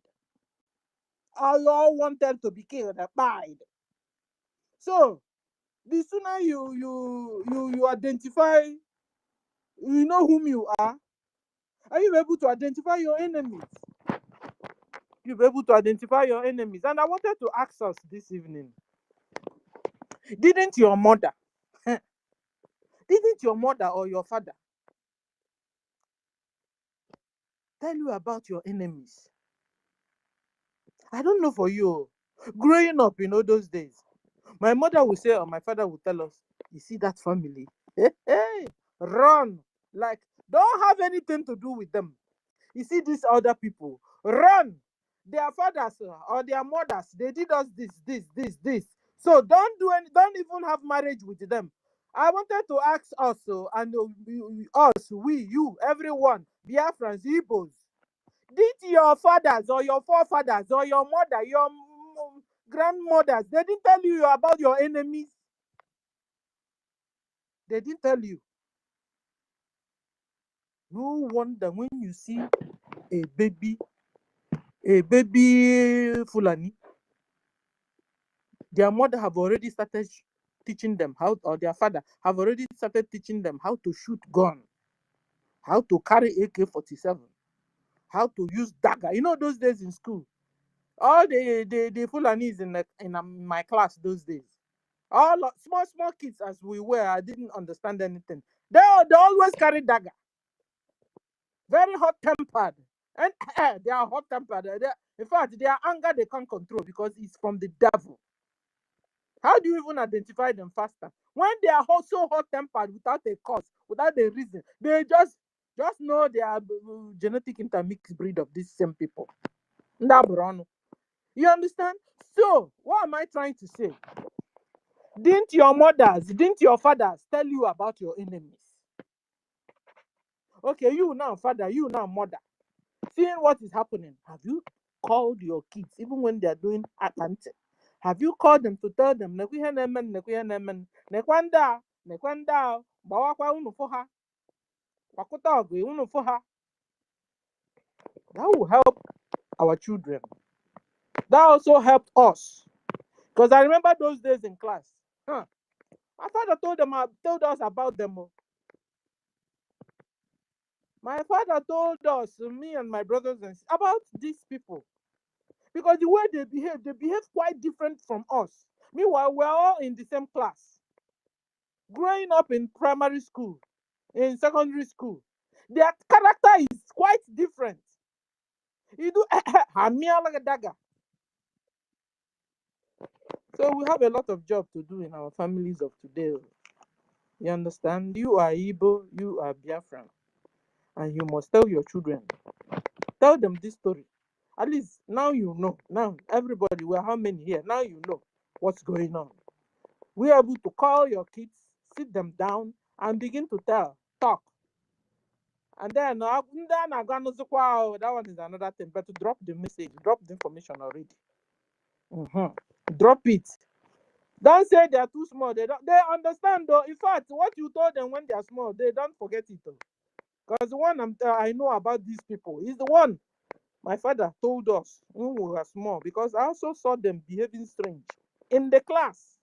All these Fulanis and Hausas, you know, they say all of them are Fulani. So all these Fulanis, you know. And then going to the topic, Nigeria is known for lies. And we know their father. You will know where they are coming from.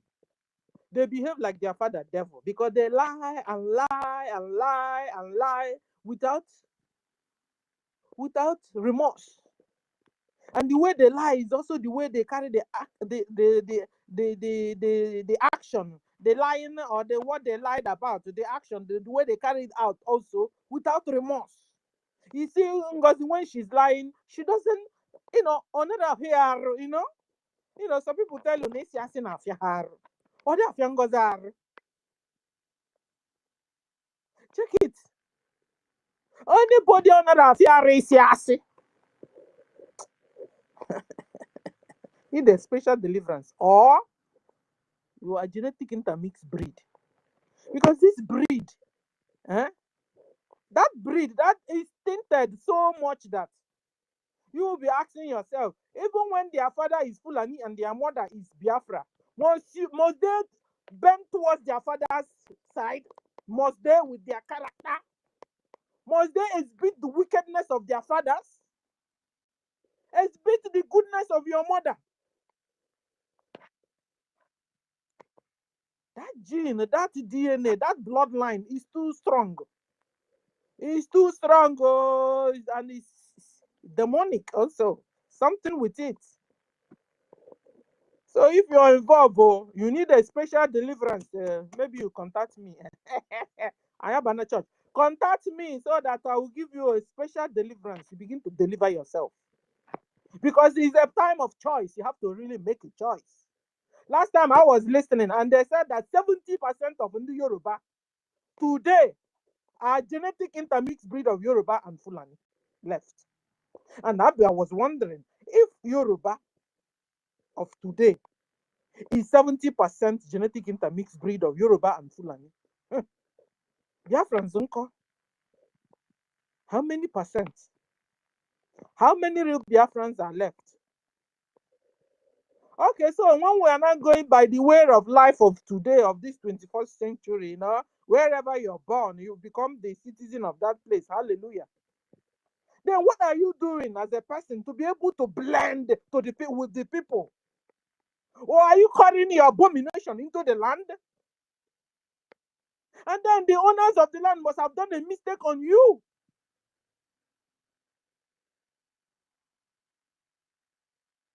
So that was why I said it's a situation of a choice.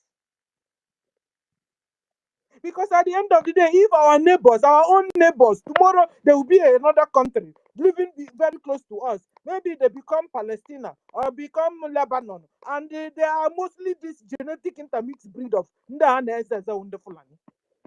Can you imagine the kind of neighborhood we will be having with them? And then I don't even want to talk about us because I don't know how many of us left. But even when we say, okay, if Yoruba have been overwhelmed, or which word am I supposed to use now? It's not invaded now because they have genetically, intermystically breeded a new breed of Yoruba, a new generation of Yoruba. Who knows what they're doing to us? And this is why when you're talking about your freedom fight, you see Biafrans chewing bubble gum, sitting on high walls and sky hundreds, and they don't care. And you'll be wondering the blood that is, you know. I'm wondering. I don't know if you're wondering too. Because for Hausa, I don't need anybody to tell me they are already overwhelmed. And then 70% of Yoruba, and then they only have 30% left. So Biafra, how many percent left? When we are seeing old Ndoken with stupid red caps, and they are watching their sons being left to while away in the jail, and they are not doing anything. It makes me wonder. So, like I was saying, Nigeria is known for its lies. Can you imagine? Anyway, official Abat now. Is it not the same official Abat that went into the university as a woman, came out graduated as a man? You can imagine. You can imagine the kind of, the kind of world where he is leading will be. I mean, his product, what will come out of it? A drug lord. It's just like making a criminal the governor of a state. It don't mean that the whole citizenry, all of them they will become all robbers and thieves. They will become worse than Sodom and Gomorrah. So that's the way it is. So one day you see them celebrating the 65 years of, they are celebrating the 65 years of backwardness. That's what they're celebrating today. 65 years of returning to the medievals. 65 years of congratulating themselves and celebrating of the killings of Biafrans, Christian Biafrans. Because from 1967 till date, terrorist Islamic Nigeria government have massacred well over 12 million Biafrans on the altar of still keeping Nigeria one. So they are celebrating the bloodshed of Biafra Christians. They have succeeded in wiping out with chewing bubble gum. Without that is, you can imagine today the so-called official Abat can step his legs into our land. I can't believe this. Can't believe it. So continue, let him enjoy. Oh, Chinyere, enjoy while it lasts. Official Abat, enjoy it. Enjoy. You can even bring your brothers. Bring Gowon if he can get up from his seat. Bring all of them. Let them come to Biafra and be dancing. Python dance. Let them continue dance. But I know there's something my mother told me. That whatever that has a beginning has also an ending. And I tell you, I bet you, official Abat, one day this your menace will end. One day this your Nigeria menace will end. Will stop. Continue. Have a field day. Enjoy while it lasts. Bring also your gangs, your gangsters, your Soludos of the world, and the Hope who's of danger of the world. Enjoy. And Wike of the world that is buying. Wike is buying the whole Abuja to himself and to his family. I don't even know, these people, they're not humans. I wanted to say, they don't have any feelings. You can imagine when you are buying almost the whole Abuja and you're still going to demolish a poor woman's house. The only one house, just one. She was able to build. You have guns and you're pulling it down. Chewing bubble gum. While your property is almost half of Abuja.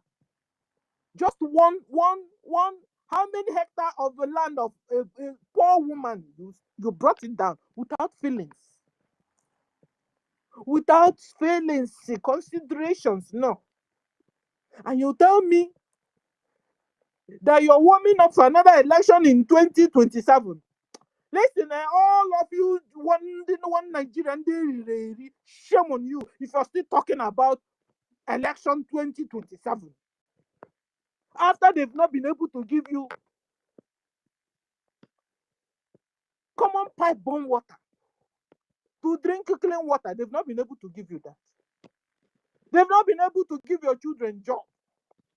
You sold your land just to be able to train your child to go to university, came out for him to get a job. You've not been able to. Job is nowhere to be found. And you're warming up for campaign. I heard when this guy came, official about landed in Biafra land, and a lot of come and see children, school children, everybody. More that you left your children to go on such a dangerous risk movement. Now, listen, there's now you don't have any excuse.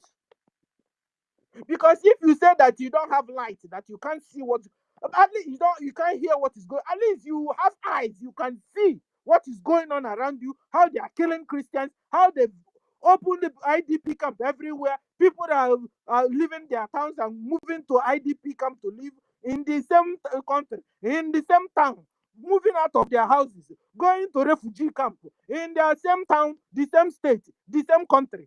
You don't say you can, that one, you are not seeing it. You are not seeing how your neighbors are being massacred. You can't say you're not seeing it.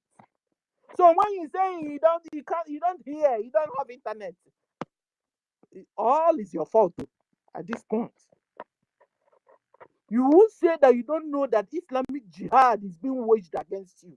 That Islamic jihad is going on in Nigeria. That they are forcing non-Muslims to be converted to Muslim, or their heads are chopped off. You can't say you can't see it happening around you, and you now leave your children to go and take a risk going out on the main road in the name of welcoming official about Onyohi.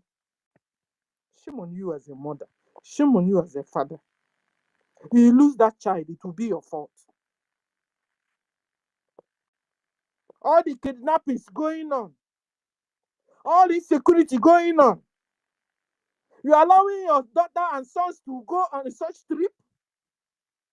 Except they went to orphanage home and collected the children, wore them uniform, and they're on the street. Orphanage, they don't have fathers, they don't have mother. So they can, they are using them as much as they want. Because a normal father and a normal mother will not allow their children to go to the streets, welcoming home. Welcome him for what? Welcome him for good road he has given to all of you. Welcome him that at this, you guys have oil, you have gas, you have uranium, you have coal, you have everything. Meanwhile, you are paying the school fees of your kindergarten children. Can you imagine? You're paying the school fees. Nursery children are paying. Elementary schools, parents are paying school fees. Secondary school, parents are paying school fees. University level, they sell their land to pay for their school fees and tuition. So what are you celebrating? I've been wondering.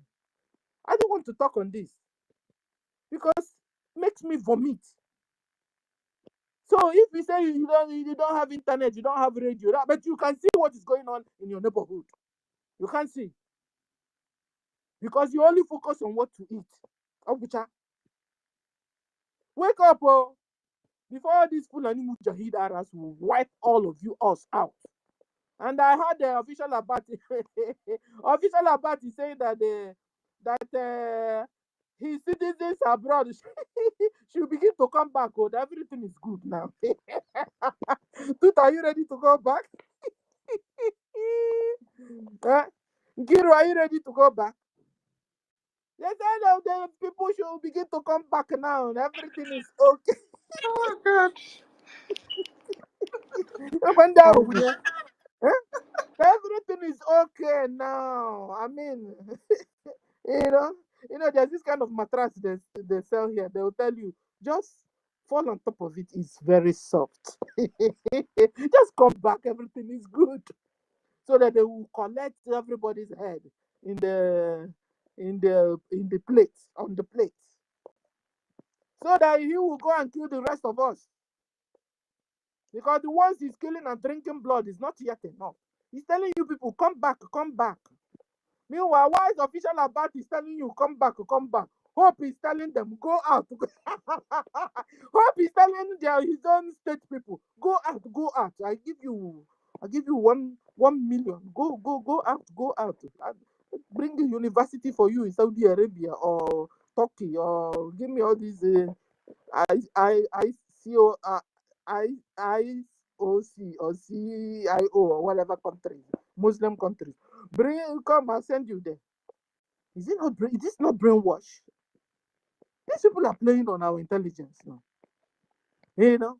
But the good news is that in the one Nigeria, some are now beginning to come around. The one Nigeria are beginning to some of them are beginning to really come up. You understand? You see that poor woman, they killed the husband's sister, killed the husband's brother. In fact, massacred 10 within. The woman is, he go find her. This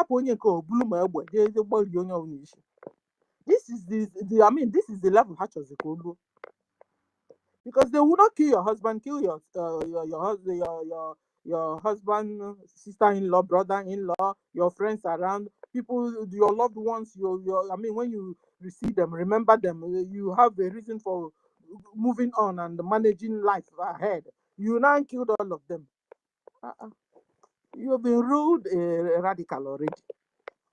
See the woman shouting, and now cannot all that this is the people they are growing. This is the kind of country they are setting up. Already the bad names they've given to their citizens is not enough. Now they are getting to a worse level. At the end of the day, this lion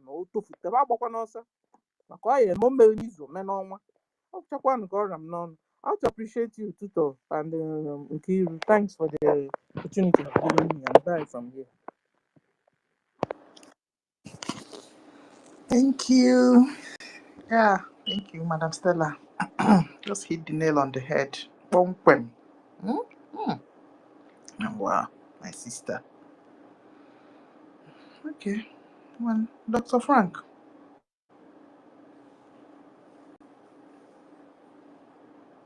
Dr. Frank, are you ready? Not, sister. Mary came before Maybe came before. senior citizen. Thank you.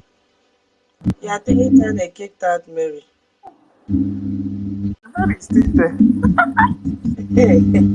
Mary, are you there? We have only 30 minutes. Oh, yeah, even talk now. Or let's share the time to go around. Easy. Wajine kabatini kudio. Meri ni tangwa.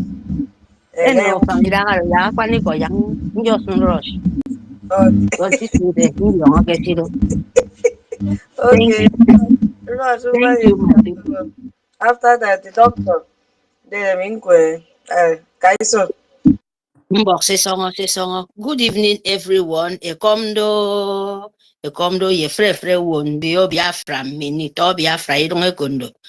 Abasene kurion. Good evening, everyone. Good evening, the lover of freedom. Nkiki. Oh, tutos we yama. Nsi Solomon me. Marankre our snow. The beautiful snow, whiter and whiter than snow. You understand? Then I see a lot of people here. Mommy Betty. And please, can I just, because we don't have time, me myself, I don't have time. So I'm happy they can give me this chance to me to speak. Not Biafra, but the network. Let me just put it that way. So we are still here. Nigerians through government, Britain, we are still here. The leader of the world, the bad wills, they don't like good things. They don't like life. They don't love life because they are dead soul. They don't have soul. Believe me, they are walking dead. That is why they don't have feeling. When you don't see things like this coming out in this world, you have to understand, all of us, especially Biafrans, we have to understand these people, they have no soul. Some of the leader of the world, the four corners of the earth, not only Biafrans,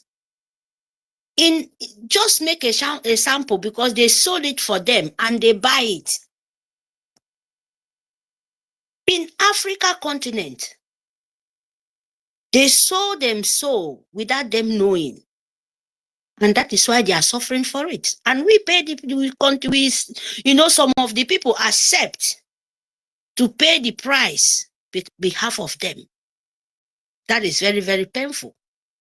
It makes some people cry, because if they talk to you, especially our leader, explain it in different kind of, bango, in different kind of area, to you to understand what you're living. It's not only sweet. Don't eat sweet where we will push you, will give you poison. Please try to see the bitter side. The bitterness side can give you long life, so that you will know how to correct it. But some people don't want to understand. It's very, very painful, my people. Nigeria lies from the beginning of the name of Nigeria. From the beginning of the Wushman downfall. Nigeria is a backward country. Nigeria is a dream killer. Nigeria is a blood-sucking back. Nigerian name is a name of backward, is a name of destroy, is a name of no humanity in this earth can accept a name of Nigeria, because everyone knows, no matter how they're lying to themselves, that place is not where it's supposed to exist. If you have a company, your company collapse, you have to end it. You have to end it, or you destroy it, or you go to somewhere else, you start a new brand, company, or even change the name. But Nigeria is something that is don't destroy to the no way to repair, and they are still cover it. They are still pamper it. Who do that? Who does that to the people? Because the people doesn't have soul. The people doesn't have conscience. The people doesn't like what is the life meaningful for humanity. That is the people dealing with you, and you people know about it. If the international world deal with you, why can't you learn lesson? Why can't you change your life of living? Why can't you say enough is enough? If you see other people trying to say no, I would not be in that hole with you. You will fight that person to the core. Even you cannot do, you cannot do anything. Because what meant to be, it meant to be. You will continue. And other people doesn't understand. They will be crying and speaking out of their rubbish when you will come back to them. They forget that the word you're speaking, that is the spirit in you, because if you speak lie, it will come back to you. If you speak good, as long as it's out of your mouth, is that good? It must come back, pay you back. Because when you speak that word, it will go out there and you can't return it back. You can't cash it. No woman being, nobody born a woman, no matter what you're believing, you can't swallow your word back. You can only have forgiveness from the nature. Sometimes when you don't understand what you're saying. Because the word is powerful. And when you speak with lies, with manipulation, with praise, you think you're doing the rest. Oh, you will be happy. Believe me, your generation will pay for it. If you like, believe, or you don't like, not me to you to believe. Believe the word because it's true. You know about it. All of you people know about it. So my people, Nigeria have been lying to hell. and make some people brain destroy. No way to repair it. No way to you to make good out of their brain. And they look very intelligent, very, very, where they wear that clothes to cover their dirty image. That dark thing. So, my people, what am I saying this? Is less for us because all of us know Nigeria is a name no return back. Nigeria is a name of death. He kills, he destroys, especially Biafrans. From the beginning of the day, they understand you exist. Not that they don't know. The genocide of Biafra, you want to say, oh, this one a war, or we should continue to count for you. Me, I'm not ready to do that for now. Because when you're celebrating the death of your four children coming up in life. Because you're celebrating death of Nigeria, of genocide of your own life, taking it as a celebration, as happy. So that thing must surely come back to you to know if it's bitter or it's sweet. Then you will learn lesson. Why innocent soul crying in Nigeria to end? Then you will understand why the poor are speaking. They cannot even fund, they cannot do anything. But their tears, their cry, their weep go a long way. But you people will not understand. They will be asking themselves, why this happened? Why I am in this mess? Don't you know that it go a long way? It's the tears of Biafra. And he will find you.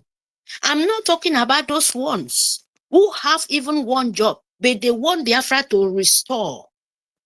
God Almighty God, the nature, the spirit of the God Almighty God is see all. And let me tell you, you can never let Biafra die. No way. But those ones, you think you're doing Mass Nnamdi Kanu, you think you're doing Simon Ekpa, you think you're doing our APM Kenkerebasi, you think you're doing the BRGIE, the Biafra government in Elzao and homeland. Oh my God, you're not doing anybody, you're doing yourself and your generation. Mark this word. You will start to pay for it so that, in short, you've been paying it so that the whole world will continue to see how you people useless and hopeless and selfish, self-interest without no care. But what will destroy you? Will destroy all your image. It will destroy all your generation. Your children coming, when Biafra restored, they will be a useless mad people who better than them. And then you will know that you can't fight nature. Then you will know you can't fight the spirit. Not when you use darkness, dark things, you turn it to sugar and bread. It go enjoy you, but you have you can't even eat it to ending. That is the problem you have. So Biafra, please. They've been, the useless things of Nigerian name, of the genocide of Biafra from A to Z, both the West, the East, the North. They are killing Biafra. It's only the East, the whole Eastern of Biafrans. The Eastern West of Biafran. Paying the price because of God love you so much and give you mineral resources. And what you do, now you to live it, say you, because he give you both the strength, both everything, both the brain, how woman being to live. But you sold it. Said it the truth so that you will go out from your calamity you caused it to yourself. Said it in the open of the world. Or if you don't do it, let Biafra help you. And I'm praying to Almighty God to enter everyone so that they will not be inside hidden. So that he will touch all of them. So that you will know that Biafra is not only 5 states. We are many. We are many. So you will realize your mistake, that you will not use your mouth and kill the rest of the people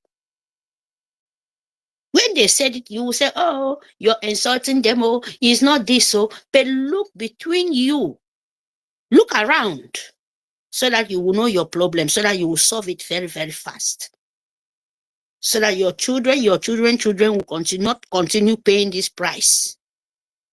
It should be only you to pay the price, not the rest. And if your children don't want to understand, and you too, you pay the price. All of you people. Even me, myself. As I'm saying this word, it's not only you. I include myself. If I lie to you, or I'm trying to manipulate your brain, I'm manipulating your brain with the good side to you to see. Let me not say I'm not manipulating your brain, or not in the bad way. I'm telling you what to you to reason. Not even single things of you to go and think, oh, maybe it's no. I'm telling you the reason why you have to save your own self and me myself to save myself. You understand what I mean?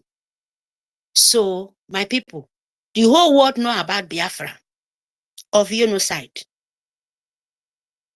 They know about it. If the ones who don't know, is the new world century, where their parents, their mothers, all of them lied to them, that they should go and read the history of Biafra in the West Africa of Nigeria of 1967, of Biafra genocide, of blocking the big children stomach. So my people, sometimes, because we have to tell them too, not you to healing, not these people sitting down in somewhere on top of your head to you to continue feeding their children. One of our people, my friend, my brother said this a word, or my mother, that you are suffering for them to be rich, their children to be sitting in high table while your children is dying, using your kidney of your children to sold out to them to be on top. Healing you selling pure water in the street, to you to continue to let the politician of Nigerian government who doesn't have soul, your Iwe, whosoever you call yourself, that is what you're doing. Because you don't want to wake up. And that is where you continue to die. Yes, maybe I'm no sentiment for this one. You understand me? So please, form your nation, called Biafra nation. We are so many inside. We have EKID, we have ANNANG, we have IKOM, we have Igbo, we have Igoromigoro, we have Wari. We have them in the coastal region. And I have to let you people know, 5 states of Biafra, you don't include the coastal, no, unless you want to kill your own 5 states of you are. I have to say this. Because when you say you are only 5 states, it means that you are the problem of yourself. You are the killer of yourself. But you see, we are so many. Like the coastal region, you have to count. In the Biafra land, we have south, we have west, we have east, we have north. So who you want pick and there? Believe me, you never know what you're starting. So my people, I stop here. Fund your life. Make sure you remember your savior, your people who save you. Our angel, the protection of your land. The people who said enough is enough for the whole leader of the world of blood sucking without no soul. And the Biafran land soldiers, the Biafran defense, the Biafran angel said enough is enough. That is where your own life lying on. So you have to fund it. You have to fund your recognition, the people who go to the top of the world. Those one who have conscience, where will listen to the agent you send, the Biafran and send to them. So that they will sit down and listen and table the matter to their table. That you have to fund it.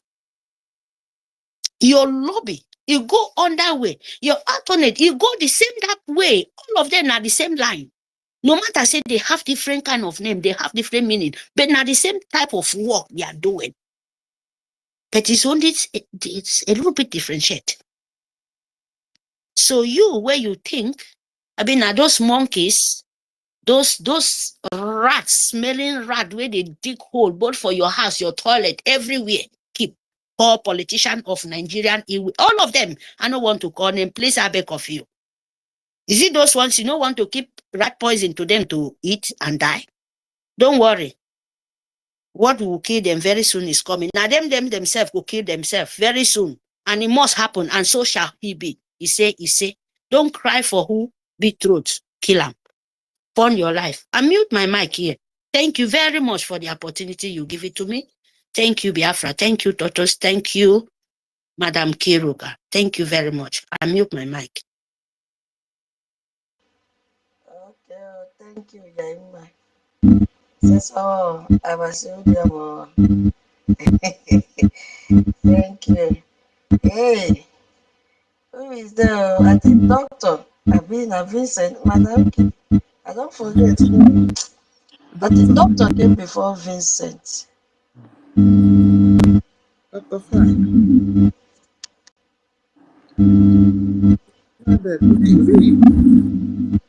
Frank is not close to his phone. Yeah, let's try this. Okay. Vincent, if you're close to your phone, you go ahead. Okay, good evening. Good afternoon, good morning, depending on your time zone. Thank you for the good work, Mr. Toti and Madam Inki, Sister Stella, our Honorable COS, the original one. God bless you for your hard work. Nigeria, they are celebrating terrorism, nothing else. Because people that they are celebrating today in Lagos, filling stations are on strike, no fuel everywhere. And how can you explain that? And you say they are celebrating. And that scarcity of fuel is part of terrorism.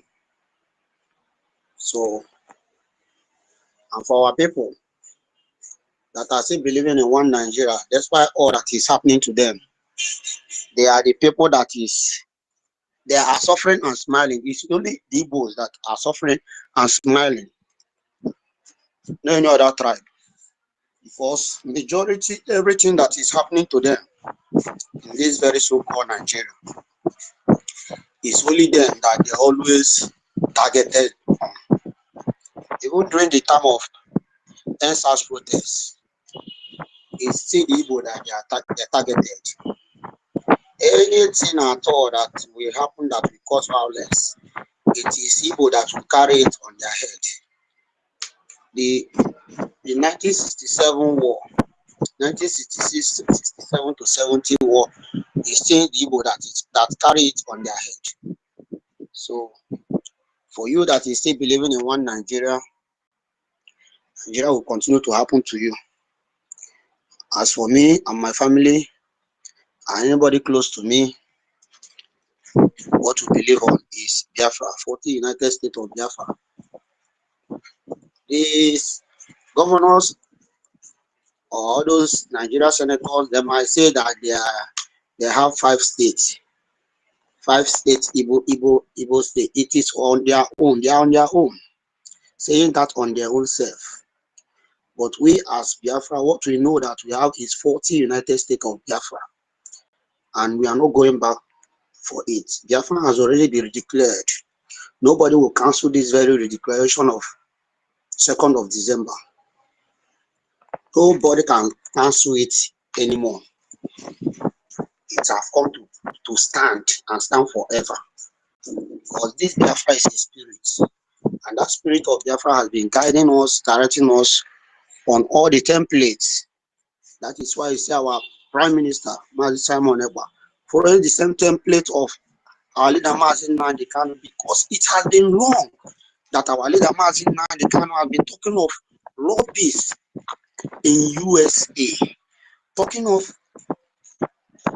Biafra exile government, but based on the so-called enemy that surround him, that is drawing him back, That is why all those things did not come to pass. And Biafra is a spirit. That is why that same spirit of Biafra still make our leader Mazin Nnamdi Kanu to announce it that our prime minister is taking the struggle to another dimension. And that dimension is that real dimension that our leader Mazin Nnamdi Kanu wants, needed for us to have exile governments. Because the world recognizes exile governments. The world cannot recognize group. Yoruba people are saying over 430 group right to UN.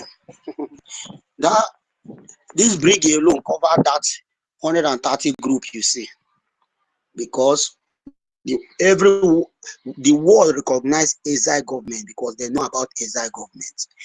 But the world, they don't recognize group because anybody can form group.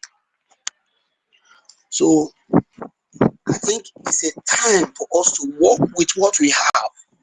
And what is that we have?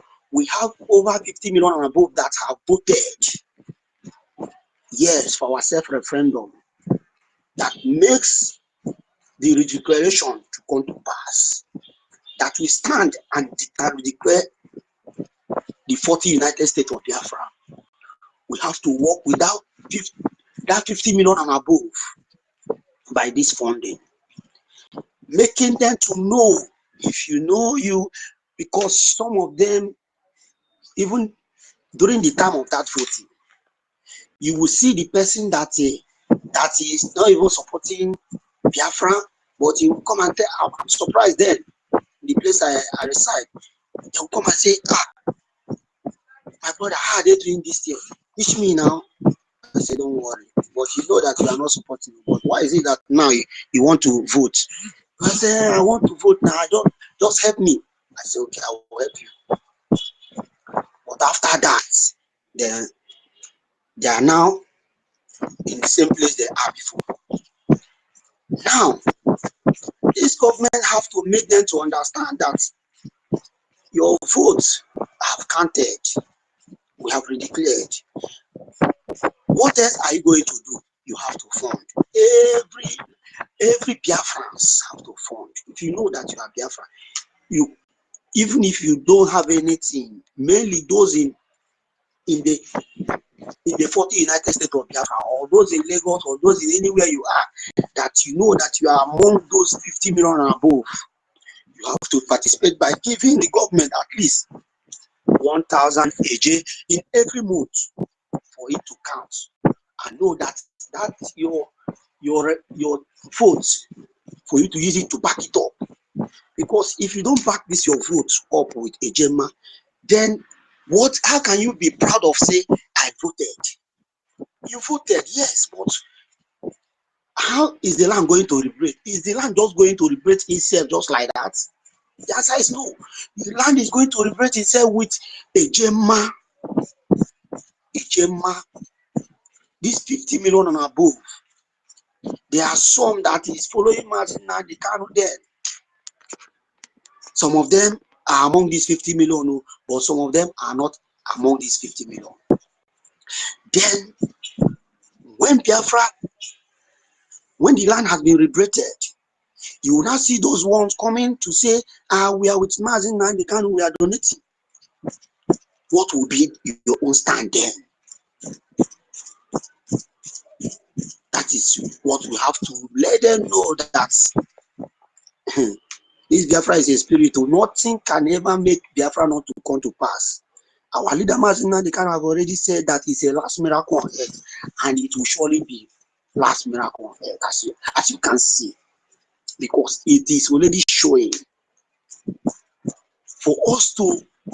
For you US Congress people to give us a hall inside Washington DC.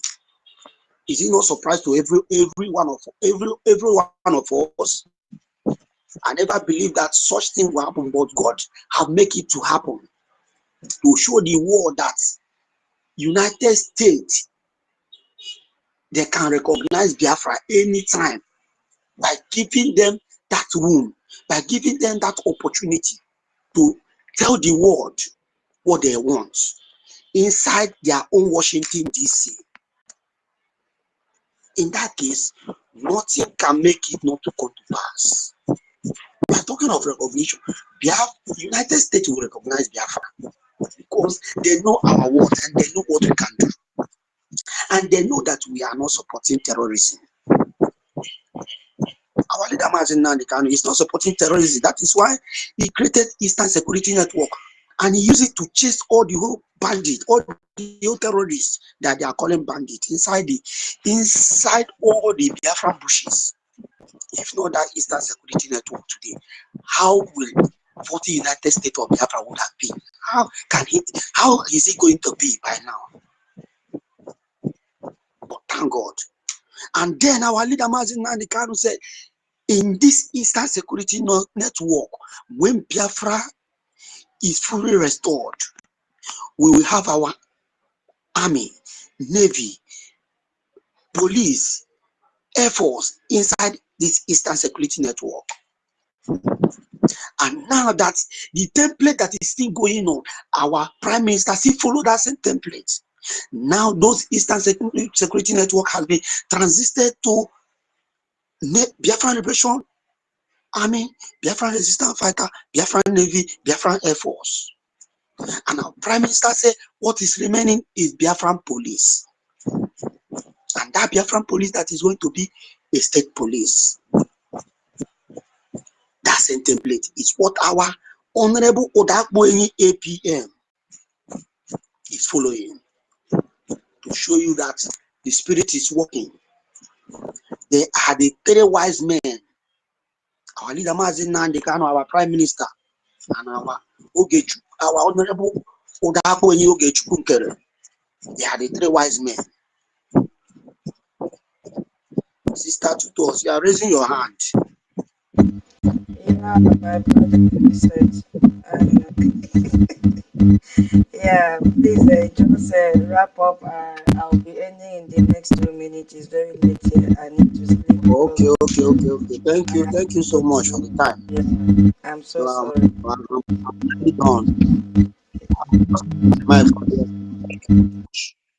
We continue to push, never knowing what it means to retreat, not to surrender. For whatever, we shall continue to push. Now, Chiko about no problem if any. He say.